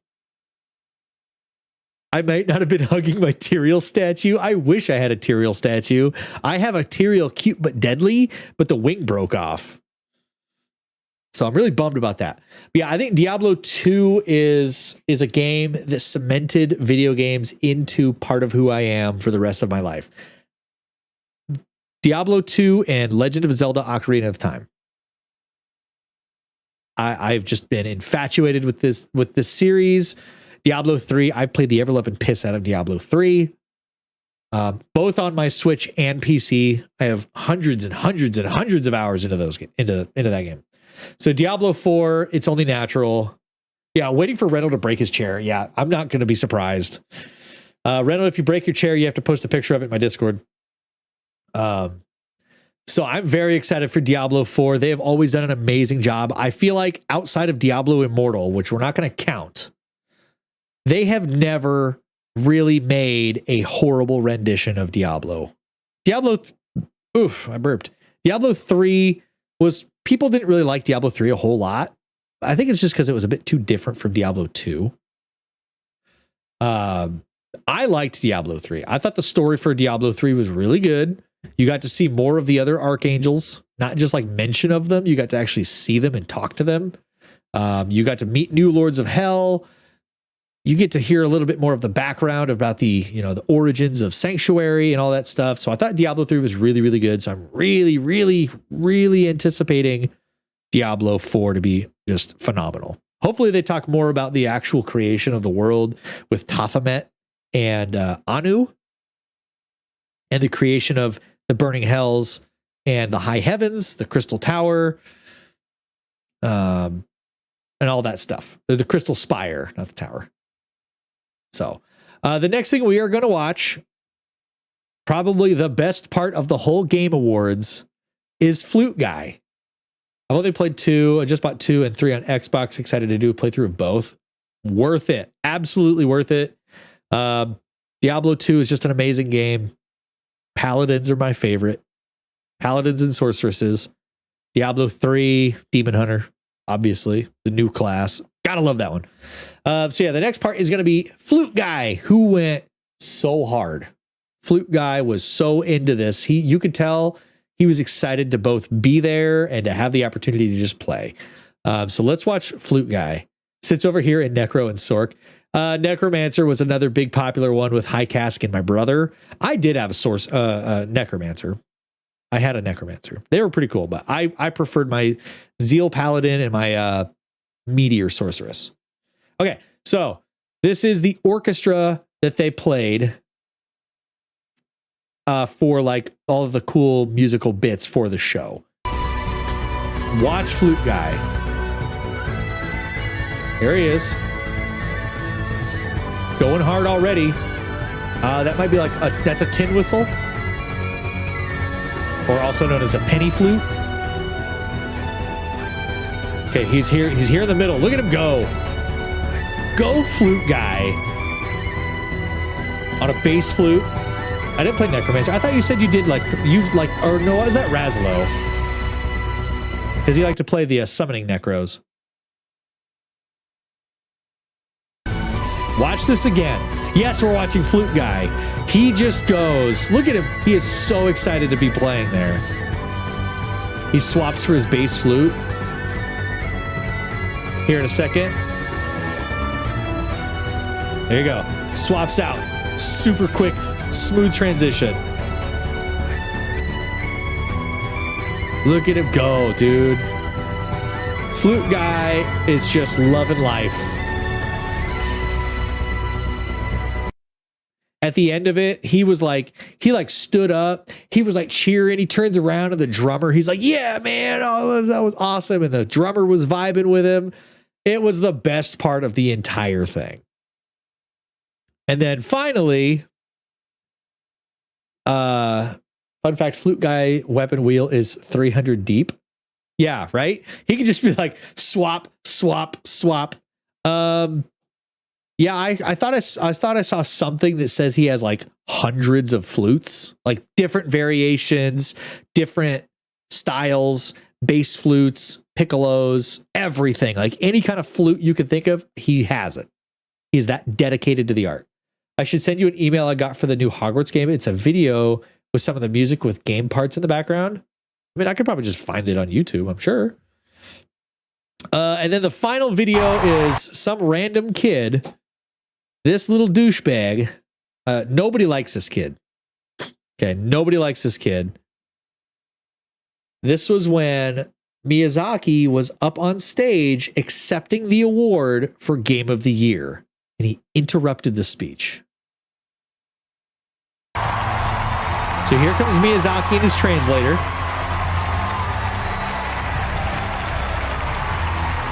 Here they come.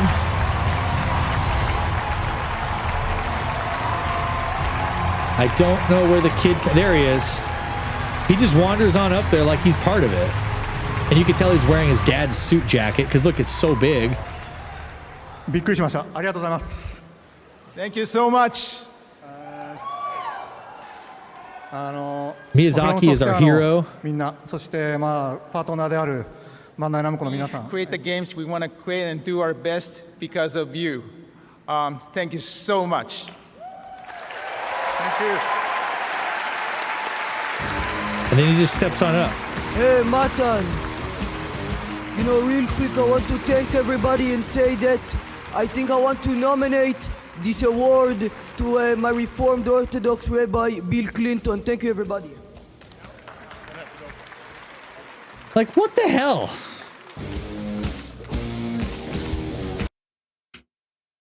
I want to dedicate the nomination to my Reformed Orthodox pastor, Bill Clinton. Nobody knows where this kid came from. He was escorted out by security. I think he was arrested. I don't know like what crime that would technically be. Oh boy, he crashed somebody's award show. But yeah, he just waltzed. He just followed them up there. Nobody said anything, probably because they're too polite to say anything like, hey, who the hell is this kid? Get him the hell out of here. Yeah, he was arrested. Okay. Okay, yeah, no.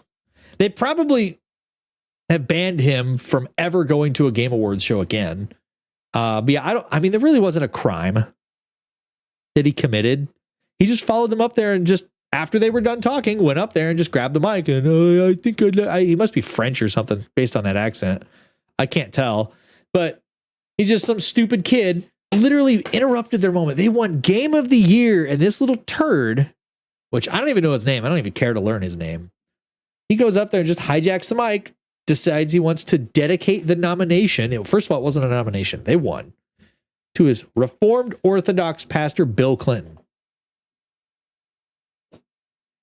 I bet security had to wait because they're not really supposed to make a scene, especially on stage. Oh, absolutely.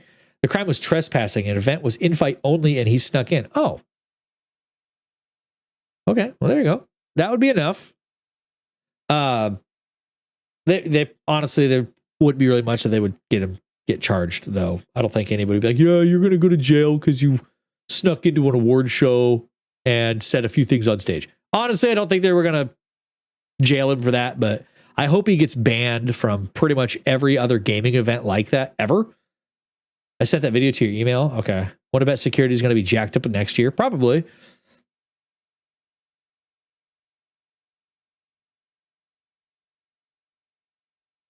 Experience the music behind Hogwarts Legacy.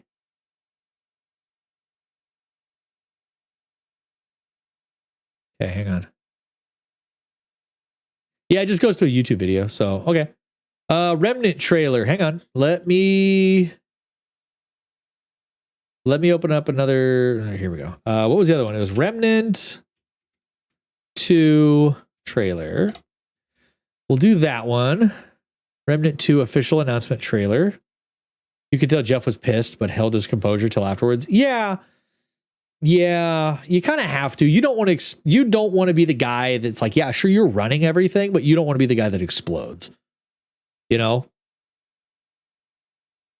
Well, there was another one I think Razla wanted to watch. Let me see if I can scroll back up and find it. Oh, Suicide Squad was the other one I wanted to. It was Odd One was talking about that one.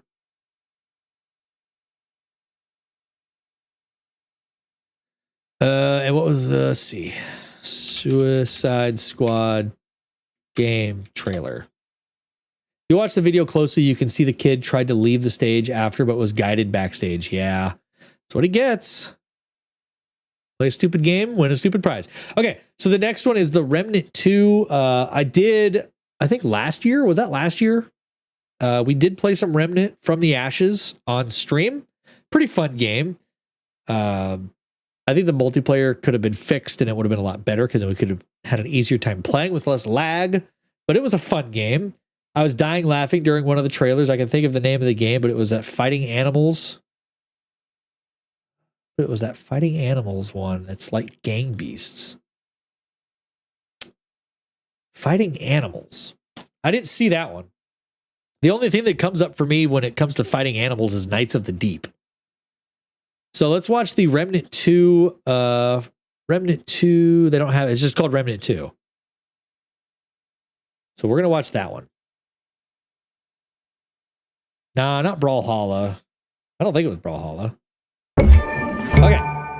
Okay, this is an Epic's game. I'm a setting sun, but I'll never I like that armor. I'm a dead man walking.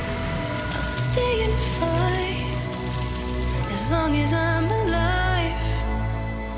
I'm a dead man walking. Okay. Ooh.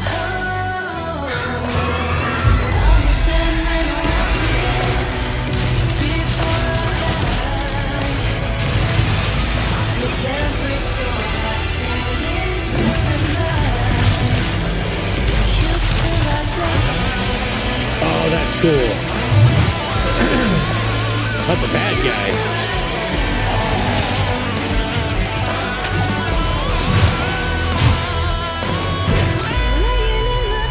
Damn. Is she like a good guy or something?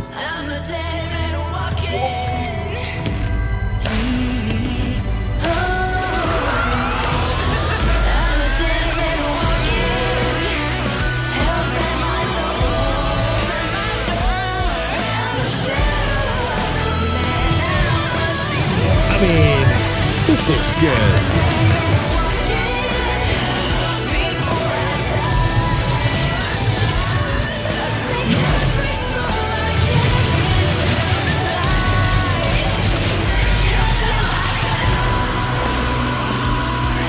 Cool. Uh-oh. That's intense.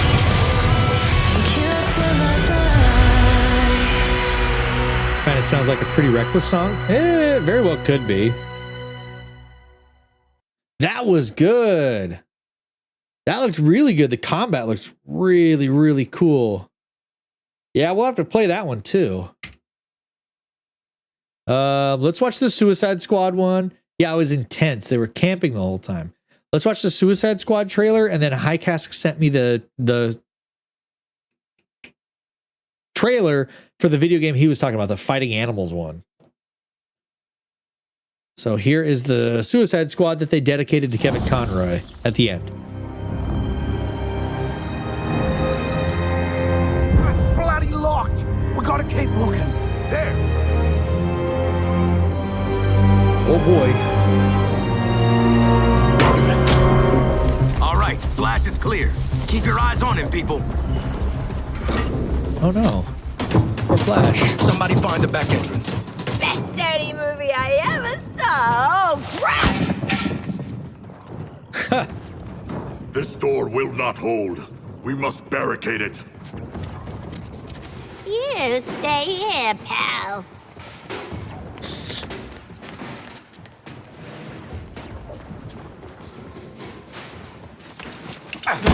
See this? I spent a lot of time dreaming up how I was gonna kill you with it.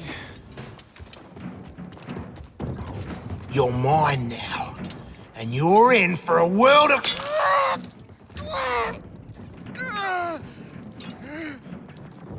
Oh. Ah, shit!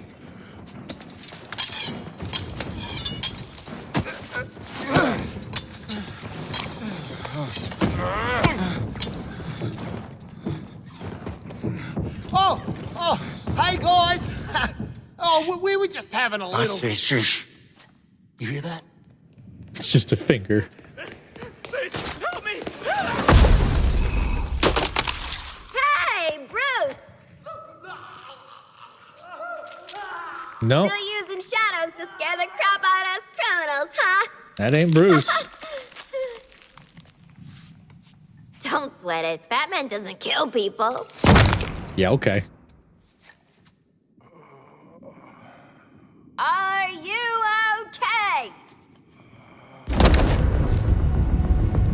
Something a little different about old Bruce.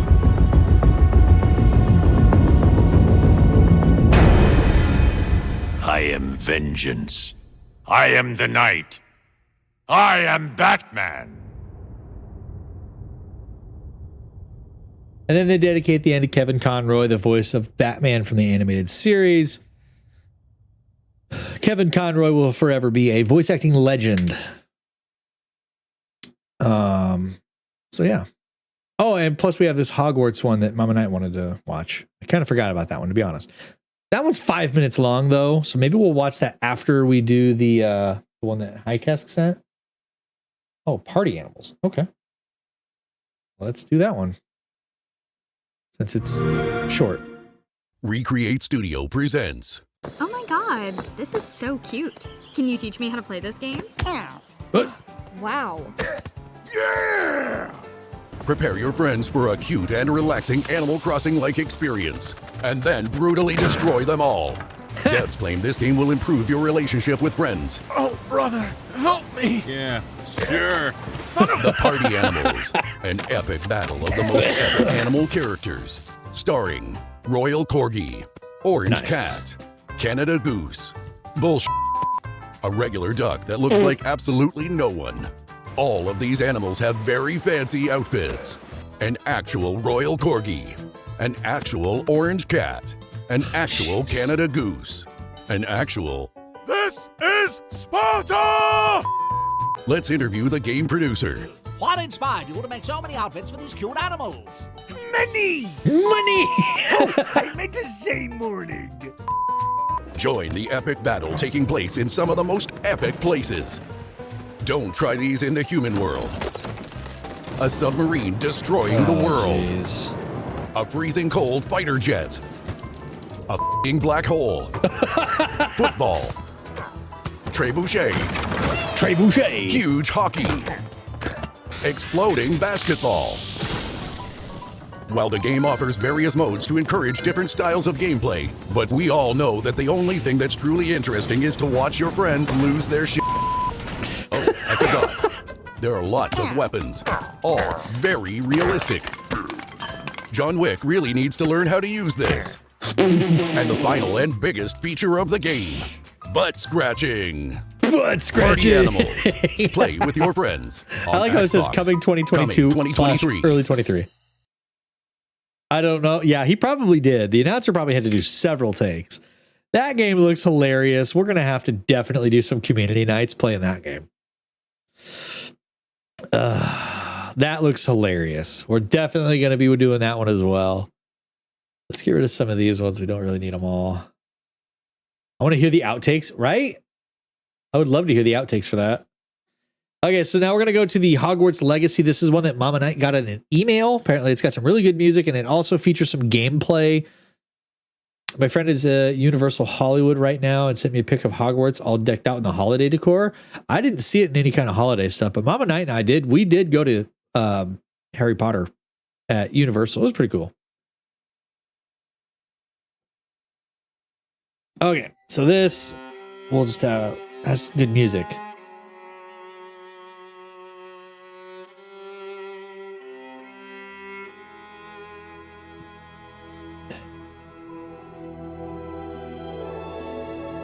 How do you play the harp? You just run your finger back and forth on it, apparently. Because that's exactly what she's doing. Harry Potter didn't exist at Universal when I went. I don't remember when it was that we went, like, in relation to when it opened, but it was pretty cool.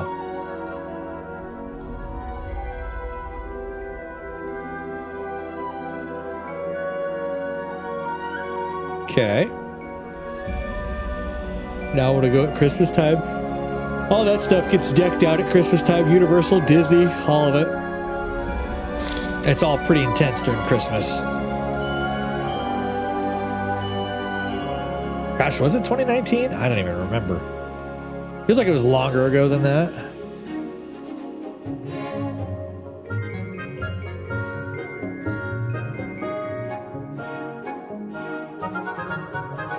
Where's Flute Guy?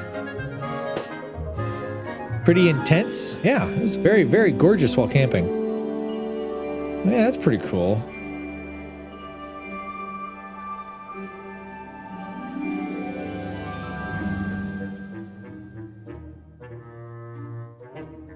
It's like change in tone.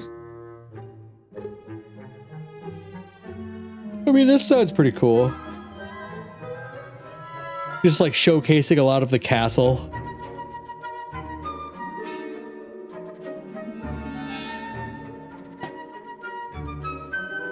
Oh, I know you can't. You're excited. Mama is all the excite. I do love a good orchestral setup. Yeah, me too. I always appreciate a good orchestra.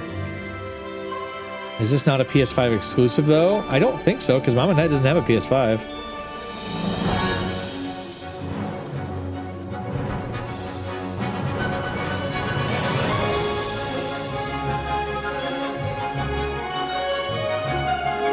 I feel like some of that magic's a little unnecessary. But yeah, PC also. Isn't it coming to Switch too? Or am I wrong?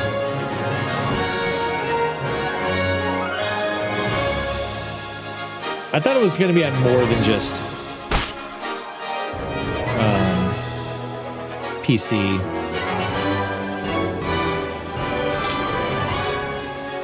I did like the old school Harry Potter games. We had one of the old school ones. We had the Harry Potter. Which one did we have? Sorcerer's Stone, I think. Old PC game. So it's trash and just followed the movie. They were good until the fourth one. Yeah, that would be stupid. Oh, look at all this scary stuff. Don't know about Switch. It's on Xbox One and PS5.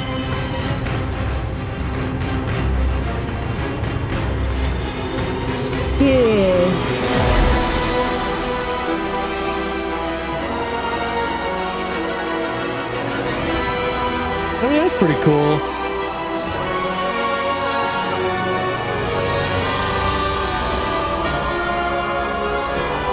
I just hope with all the pretty visuals they add to this that they put that in the game.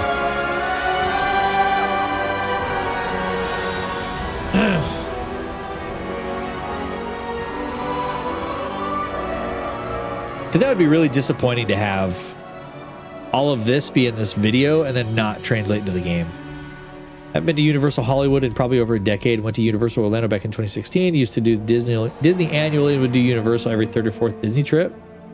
That sounds like fun, at least. Yeah, it'd be cool to go now. I would want to go just so I could go to the Star Wars stuff.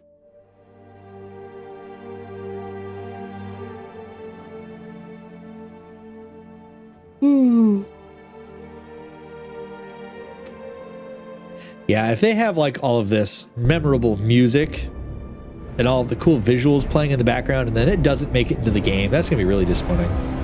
They pushed the release back 6 months to fix and change stuff the beta testers suggested. That's good that they at least listened to their beta testers. I mean, oh yeah, it is gonna be on Switch. There it is.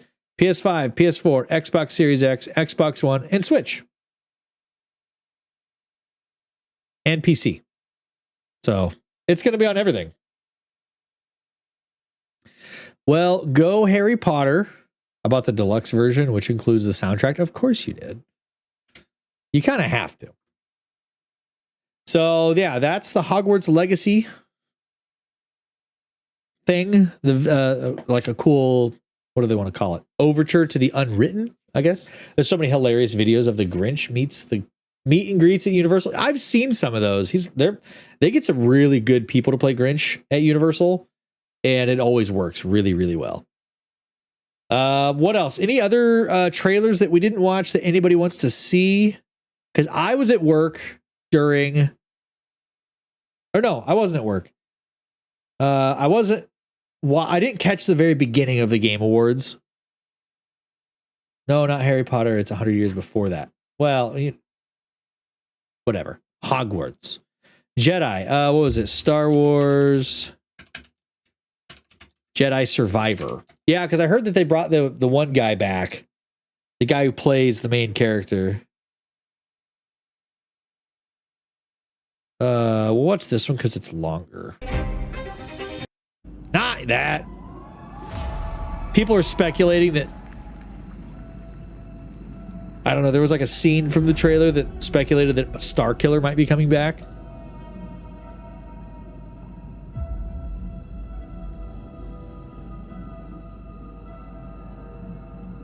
It's got one arm. Long hair.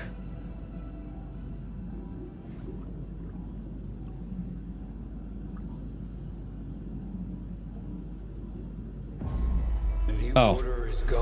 Yeah, you're right. Hang on. I was betrayed. The very beginning was just this. It was just this tube. But people are like speculating if that's Starkiller. No, no, no. Disney said Starkiller's not canon.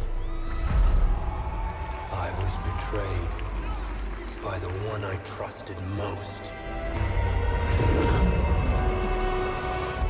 I will not be imprisoned again. Damn. Sounds like a story of vengeance. Where do we know that that leads to? The dark side. If Starkiller showed up, I would have lost my shit. Me too. Empire's most wanted. Damn, that's brutal. Ah, cool, bounty hunter. A Jedi. Remind our friend here why his kind are supposed to be dead.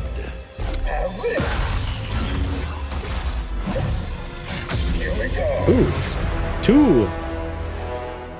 I still need to finish the first one. I never played Jedi, what was it, Fallen Order? Empire's only grown stronger. I did play the Force Unleashed games with Starkiller. Those are really good games. Thanks, Bode. Part of the job, Gustus. Nice. The Jedi is a threat. Not now that we have this. As long as we fight. That's kind of cool.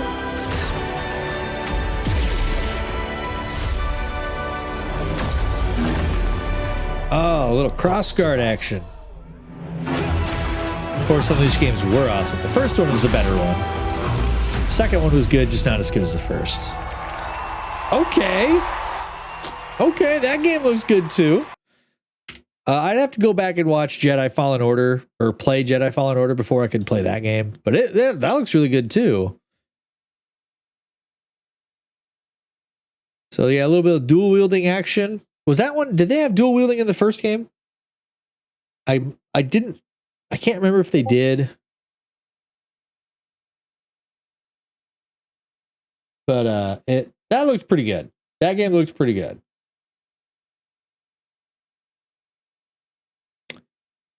What else? What else was really cool?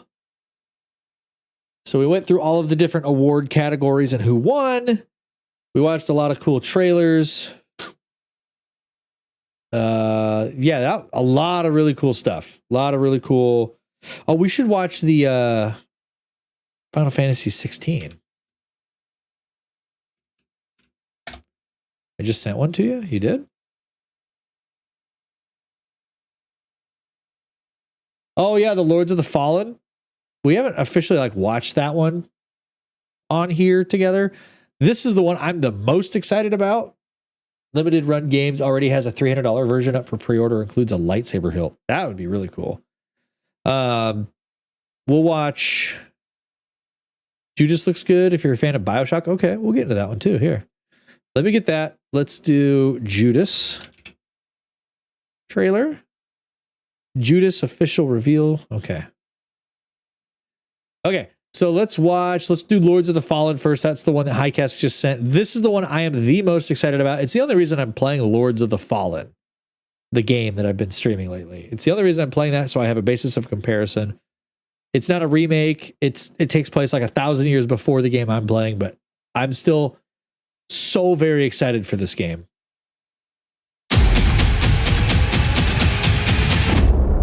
Hexworks. I love you too. Warriors, giver of life and light.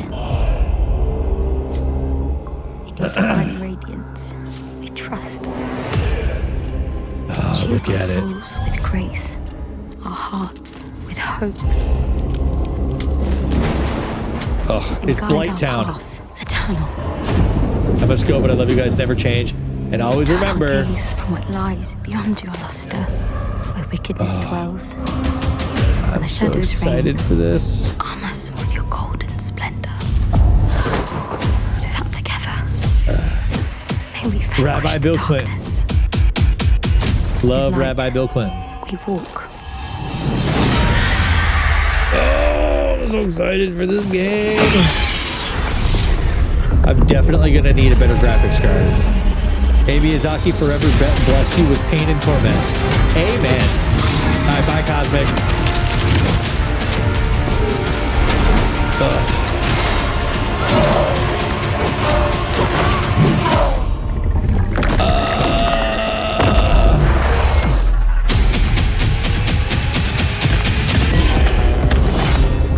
Wish there was a way to turn off these cards that come up at the end. I hate that. Now.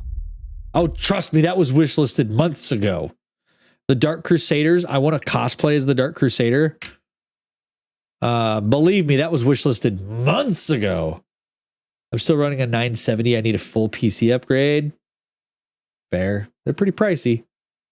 I just need to get at least a 3080, 3070 Ti graphics card. I need to put in my new hard drive, which is sitting right here. I still need to put this in. Move my operating system over to it.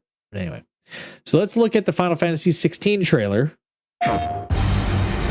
Take Joshua and get to safety. I'm not going Joshua. without you. I'm going to hold the enemy here while you make your escape. This game looks really good too. No, Chocobo, no! Your Highness! Run! No! Clive! Joshua! I don't know. Is it implied that he kills the kid? The prince? Oh, look at this. This game looks really, really good too. Another scent. All right. Revenge is a weapon. Odin, Shiva. I sometimes wonder if I am All of the controlling different it, Eidolons, or if it's or controlling Aeons, me. whatever you want to call them. Garuda. I love Garuda. Ah, look at it. Ifrit, my boy.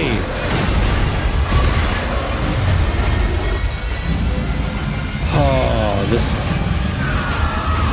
Yes. I love that sword too.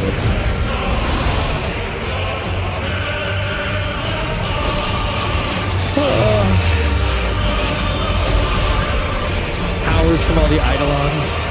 That's so cool. Ifrit, big No boy. matter how better the truth that awaits me, I will press on.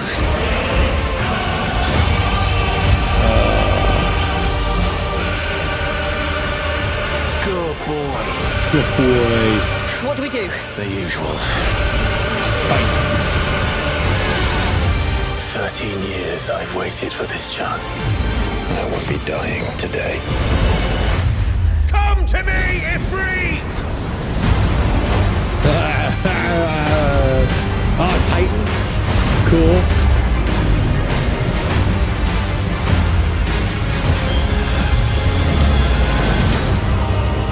I'm so excited.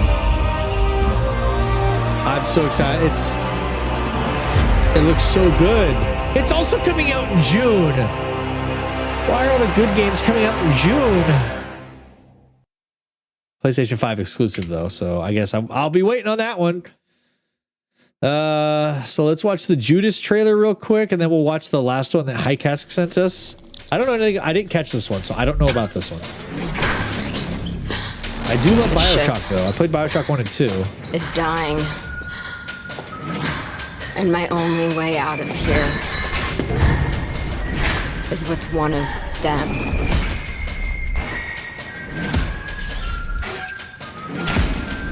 Okay. I was sailing to that distant shore.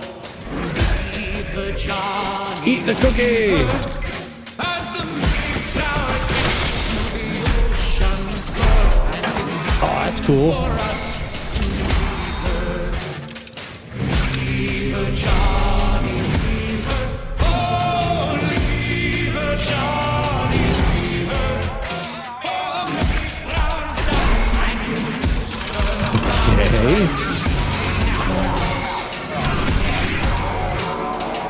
People say I have this coming. And you know what? They're right. Okay.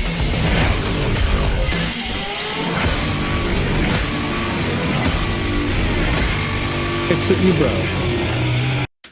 That looks pretty good. Yeah, that's very, very, very much like BioShock. I agree. That is another really good looking one. Another one that Highcask sent called Nightingale. Nightingale Realmwalker's Journey. I don't know anything about this one either. I think I might have heard whispers of this game, but I've never seen like anything on it. Nightingale Realmwalker's Journey. For you. Okay. The year is 1889. Interesting. The world as you know it teeters on the brink.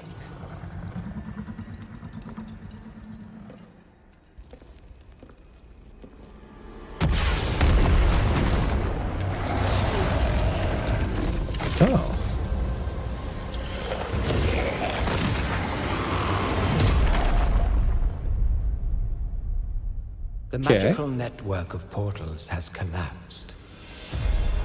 Well, that's not very good at all. Your people are cast asunder beyond the frontiers of your reality. Realms alive with monstrous beasts, eldritch Cool looking. creatures and dangers of which you cannot conceive. Oh, that thing's weird looking. Oh, it's got fishing. Of course, Highcast would like this game. It's got fishing. And build a life in the realms. Uncover the secrets of realm cards. Okay. And venture deeper into the unknown.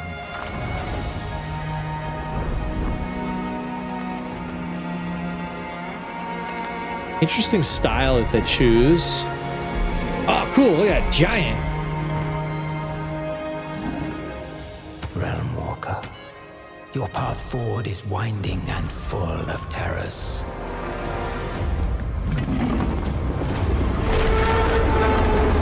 What the hell? Save yourself. Survive the realms. And rebuild all that has been lost. Cool.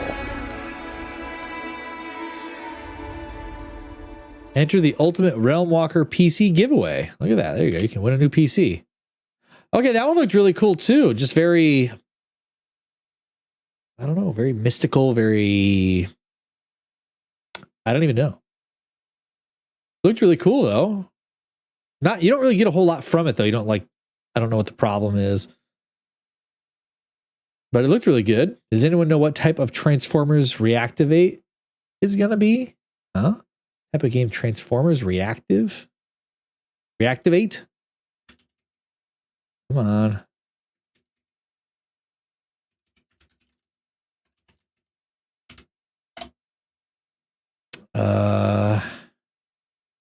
I didn't see that trailer either, so let's watch it. When this day Switch back to this real quick. I didn't even know there was a new game. This ain't working. We should melt it down for ammo. I mean, I knew about the new movie, but I didn't know about a game. And we're live.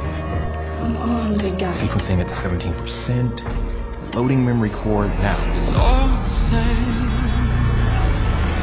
Only the names will change.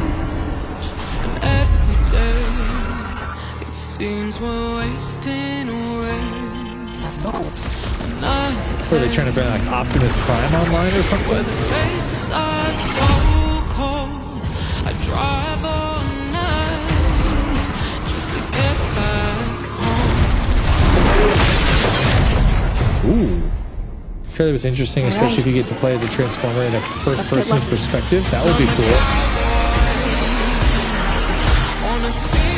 There you go. Definitely not big enough to be Optimus Prime. Not the right color. You're just a generic Autobot, I guess.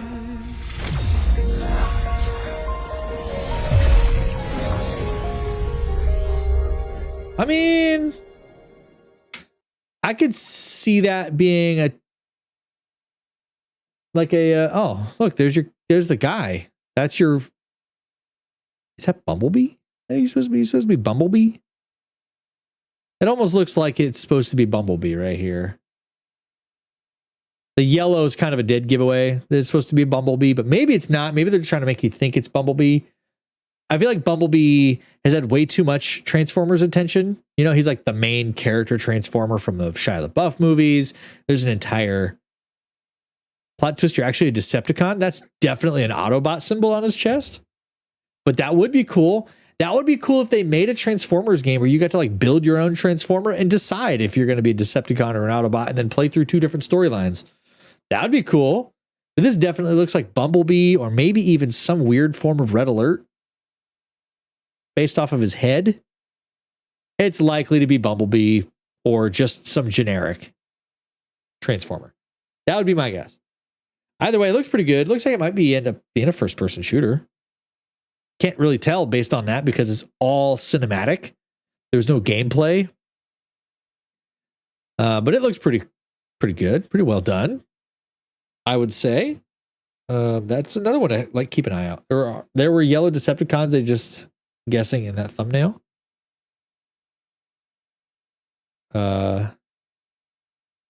I mean, I suppose that could be true. I don't know where they got that image from, though, in that thumbnail. That could be true. Hard to tell. Honestly, it's hard to tell. Transformers is kind of another series, another franchise that they're just kind of like beating a dead horse, to be honest. How many Shia LaBeouf movies were there? There's like 3 Shia LaBeouf movies. There was the one with Mark Wahlberg. There's a couple with Mark Wahlberg, I think. Then there's the Bumblebee movie, and now the Transformers War of the Beasts coming out. Banisher's Ghosts of New Eden.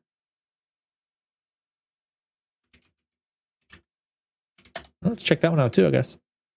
Banisher's Ghosts of New Eden world premiere reveal trailer. Switch back. Check it out.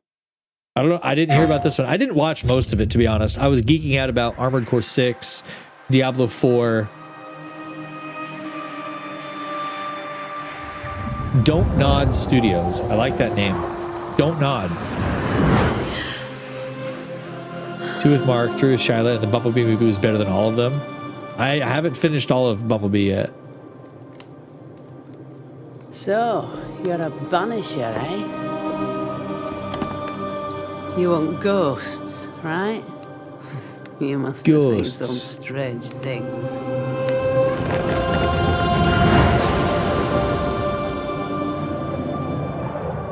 Oh my. That's a big old beastie. Yes. But I've never seen a ghost myself. But they are real, right? Yeah. They're real. So what? You track and kill him? Is that it?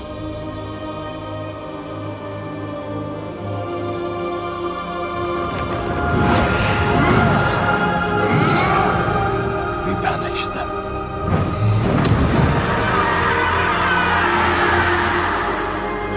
To hell.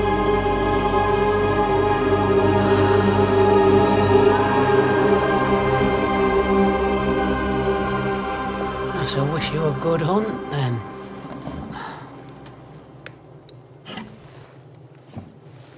It takes a brave man to walk these wilds alone. Well, I mean, he hunts ghosts for a living, so I assume he's brave. I'm not alone. Banisher's Ghosts of New Eden. This looks really intriguing. A bone walker. Cool. Oh, that little bit right there at the end. A little bit of like actual gameplay. PlayStation. Was it PlayStation exclusive? Oops. Didn't mean to click that. Didn't mean to click that. Overwatch 2 Junker. Oh, we've already. That's nothing new. This is from 5 months ago. That looked really good too, actually. End of 2023. That gives me plenty of time to play Diablo 4, Lords of the Fallen, Armored Core 6. Gives me plenty of time to play those games before that comes out. I might actually get that. Looked really good just from that bit. That's got me kind of a hooked. Was that a Transformers trailer? I was on the deck listening to some coyotes. Yeah, it was called Transformers Reactivate. There's not really much to see from it. I guess the premise is you are a Transformer. We don't know if you're an Autobot or a Decepticon that a group of people found and they're trying to get you reactivated. Coyote Party, yeah. Lately, there's been a lot of coyotes out back of Mama Knight's house. It's funny because you'll see like turkeys walking around back there and then coyotes. You don't really see the turkeys getting like just eaten up. What did you get from Kult of Athena? Sir Connor, let me show you. I am so happy to show you. Okay, I'll start with the small stuff. Okay. I'm going to start with the small stuff. First, I got just this cool little suede leather pouch. Welcome in, by the way, Sir Connor. Hope you've been having a good day. Hope you had a good week. Happy Friday. Yeah, cool little suede leather pouch. I've always wanted one of these. I don't know why it took me this long to buy one, but I just think it's a cool little pouch. Nothing fantastic, nothing super fancy. Another thing I got, mostly for cosplay purposes, is just this. I'd rather take coyotes over turkeys. Turkeys are assholes. That's why we eat them. Yeah, that's true. This is just like a handmade leather cuff. So nothing like super fancy about it. I'm mostly just going to use, I have some YouTube video ideas or YouTube / TikTok / Instagram video ideas I'm going to start doing eventually. Of course, I get it automated. I don't know why automated assholes. Yeah, just a cool looking leather cuff.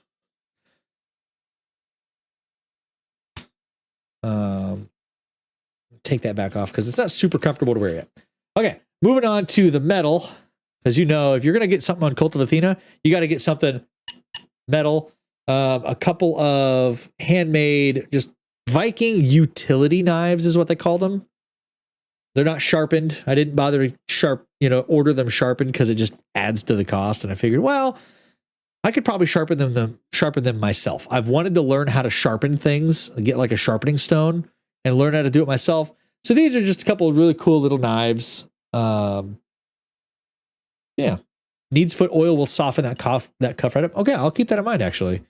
Because it's pretty rough right now. It was literally just like flat, stiff as a board, and I had to like really curl it over.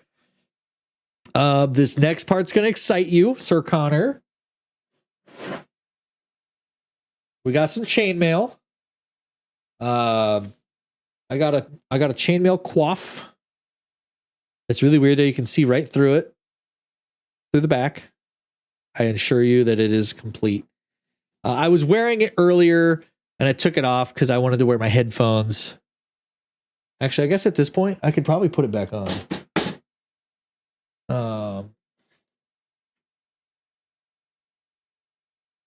Riveted, it is.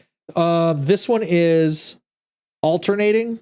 So it's got 2 flat riveted rings and then 1 round ring. So it is like mostly riveted. Yes. I wish I had a good hat that I didn't mind ruining down here. I guess I can just put it on.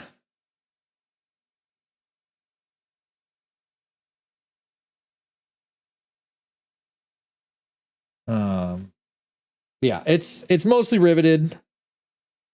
For some random reason, it's got a few like bronze colored rings in the back. Proper riveted then. 1 riveted ring to 4 solid rings.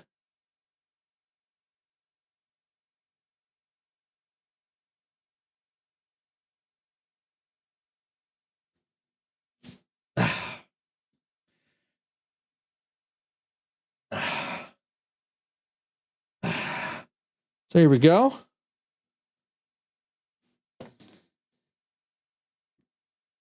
I got to get like an arming cap to put underneath it to keep my hair out of it. But yeah, this is it. Proper riveted. Yeah, it's pretty sturdy. It's pretty stout. Yeah, I like it. Pretty sturdy. I know that with riveted, you're going to get a lot more durability, a lot more wear and tear resistance. So this would last a really long time. Oh, look, it's a knight. What's up? And then the final piece, Sir Connor. Everybody else has seen it so far. I went ahead and got myself a dagger. It is non-sharpened. Yeah, I was just going to mention the cap because yanking hair. Ouch, yeah. So I did go ahead and get myself a proper dagger. Again, not sharpened because it just added to the cost. And I wanted to keep the cost down and figured I could sharpen it myself. Or if I really wanted to, I could take it somewhere to have it sharpened. I don't know who would look at me with a normal face. They'd like, if I brought this into like a hardware store to have it sharpened, they'd look at me like I had 3 heads. So yeah, this is my order from Kult of Athena. I'm really liking this dagger. A nice solid pommel. The leather wrapping on the handle is perfect. It is perfect. The crossguard, I love this crossguard style. It's just very simple, but it still looks very sturdy, durable. It's a secret identity. Yeah. Yeah, that's the link. Kult of Athena. Sir Connor, I'm sure you are aware of that website already. Yeah, really, really sturdy blade. This is a combat ready blade. So I could actually spar with this since it's not sharpened. I could spar with this if I really wanted to as like a backup blade. You know, that's kind of a cool shot. But yeah, I really like this dagger. Decently put together. I know the site got a few swords. Yeah, I want to get a sword from them eventually. There's a 1 hand or a 1.5 hand sword I want to get. There is an Italian falchion I want to get. There's a few like pole arms I want to get. There's more armor I want to get. More knives I want to get. Yeah, that was everything, right? Yep. These little guys I'm pretty stoked about too. They're just kind of cool. Had to wipe all the oil off of them though, because obviously they're going to be coated in oil. This probably has a bit of oil on it, but how do you wipe oil off of this? You probably don't. Plus, I don't really want to wipe all the oil off. It's what keeps the rings lubricated. But yeah, I'm very satisfied with this purchase. Very, very much so. Let me close all of this out. Don't want to wipe the oil off. It keeps it from rusting. Yeah. Yep. I don't even know how, even if you wanted to, how you'd get the oil off of this without literally dunking it in soapy water. But again, you don't want to. I'm just going to get an arming cap. It'll keep the oil out of my hair. Yeah. So I'm satisfied with this. This is definitely one of the cool. You just did with your hair. Huh? I don't know what you mean. It's kind of like sagging down over my eyes, which I guess you kind of want.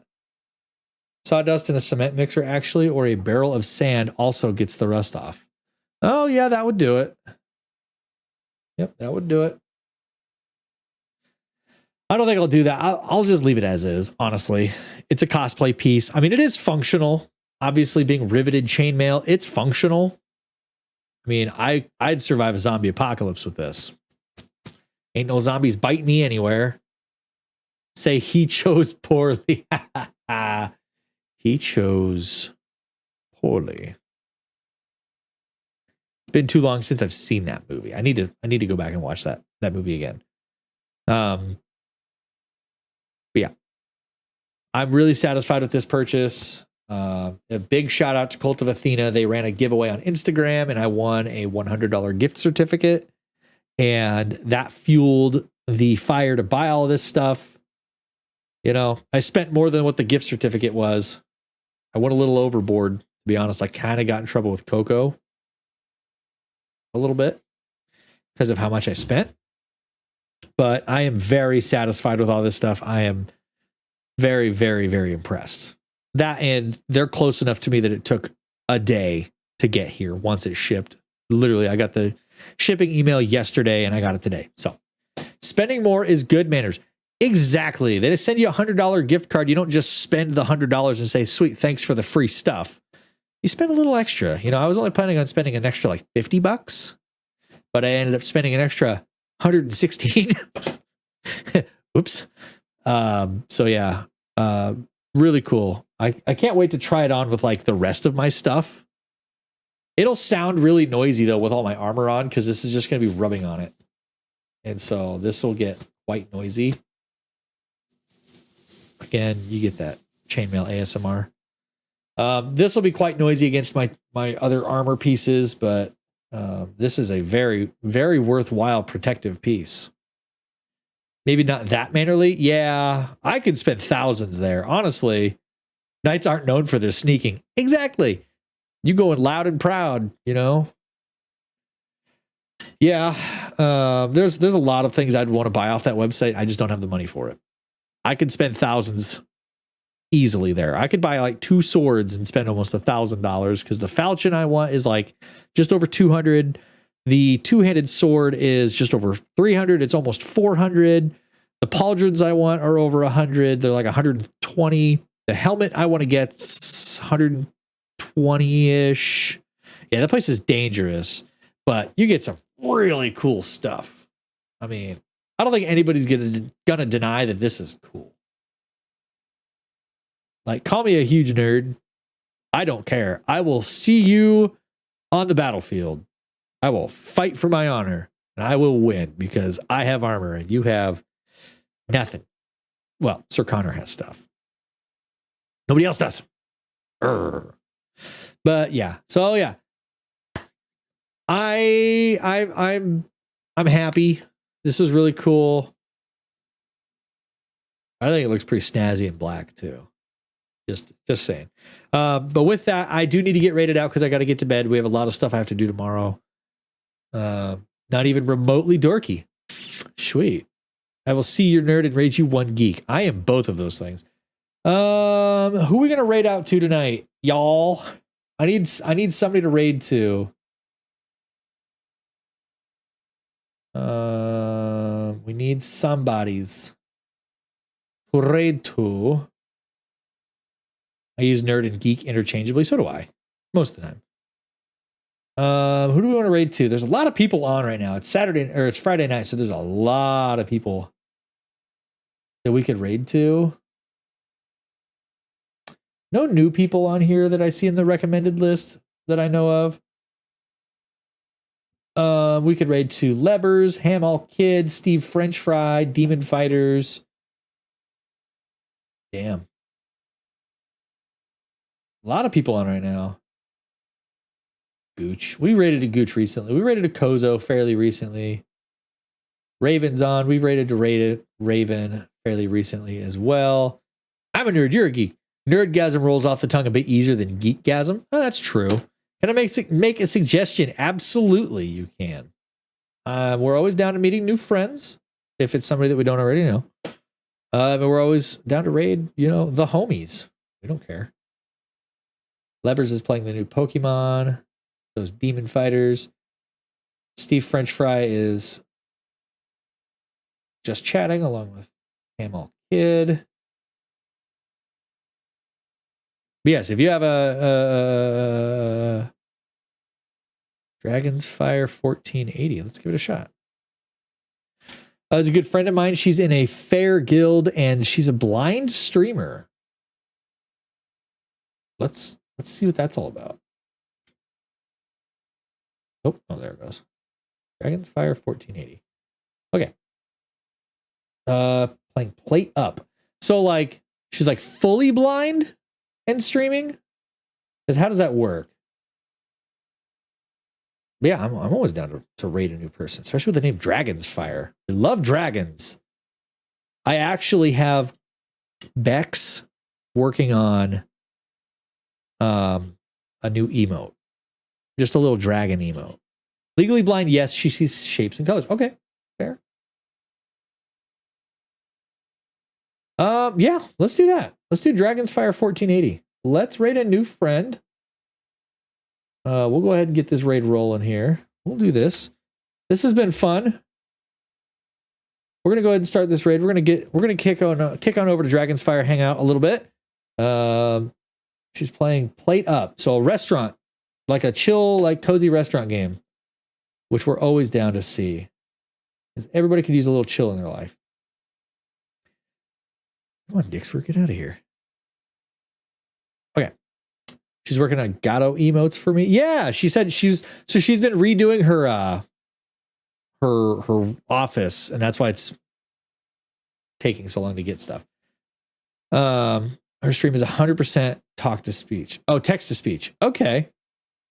Well, cool. So let's go meet a new friend. All right. Yeah. Have a good night, everybody. Did you say chill or chilly? I don't know. Chilly? Chill. We'll say chill. I feel like chilly would mean I'm cold, and I hate being cold. But anyway, yes, thanks for hanging out. It's been a lot of fun. We watched a lot of really cool trailers tonight. Got to see lots of new stuff. Got to unbox the cool stuff tonight. I hope you all have a fabulous weekend. Again, I won't be on tomorrow. That's why I'm on tonight. So I'll see you on Tuesday. Probably more Lords of the Fallen. We got to get through that game. And yes, so good night, everybody. Have a fabulous evening. Have a fabulous everything. I appreciate you all being here. It's always fun to hang out and talk with you and look at cool, nerdy crap. So have a good weekend. Stay safe and believe in yourself. Bye.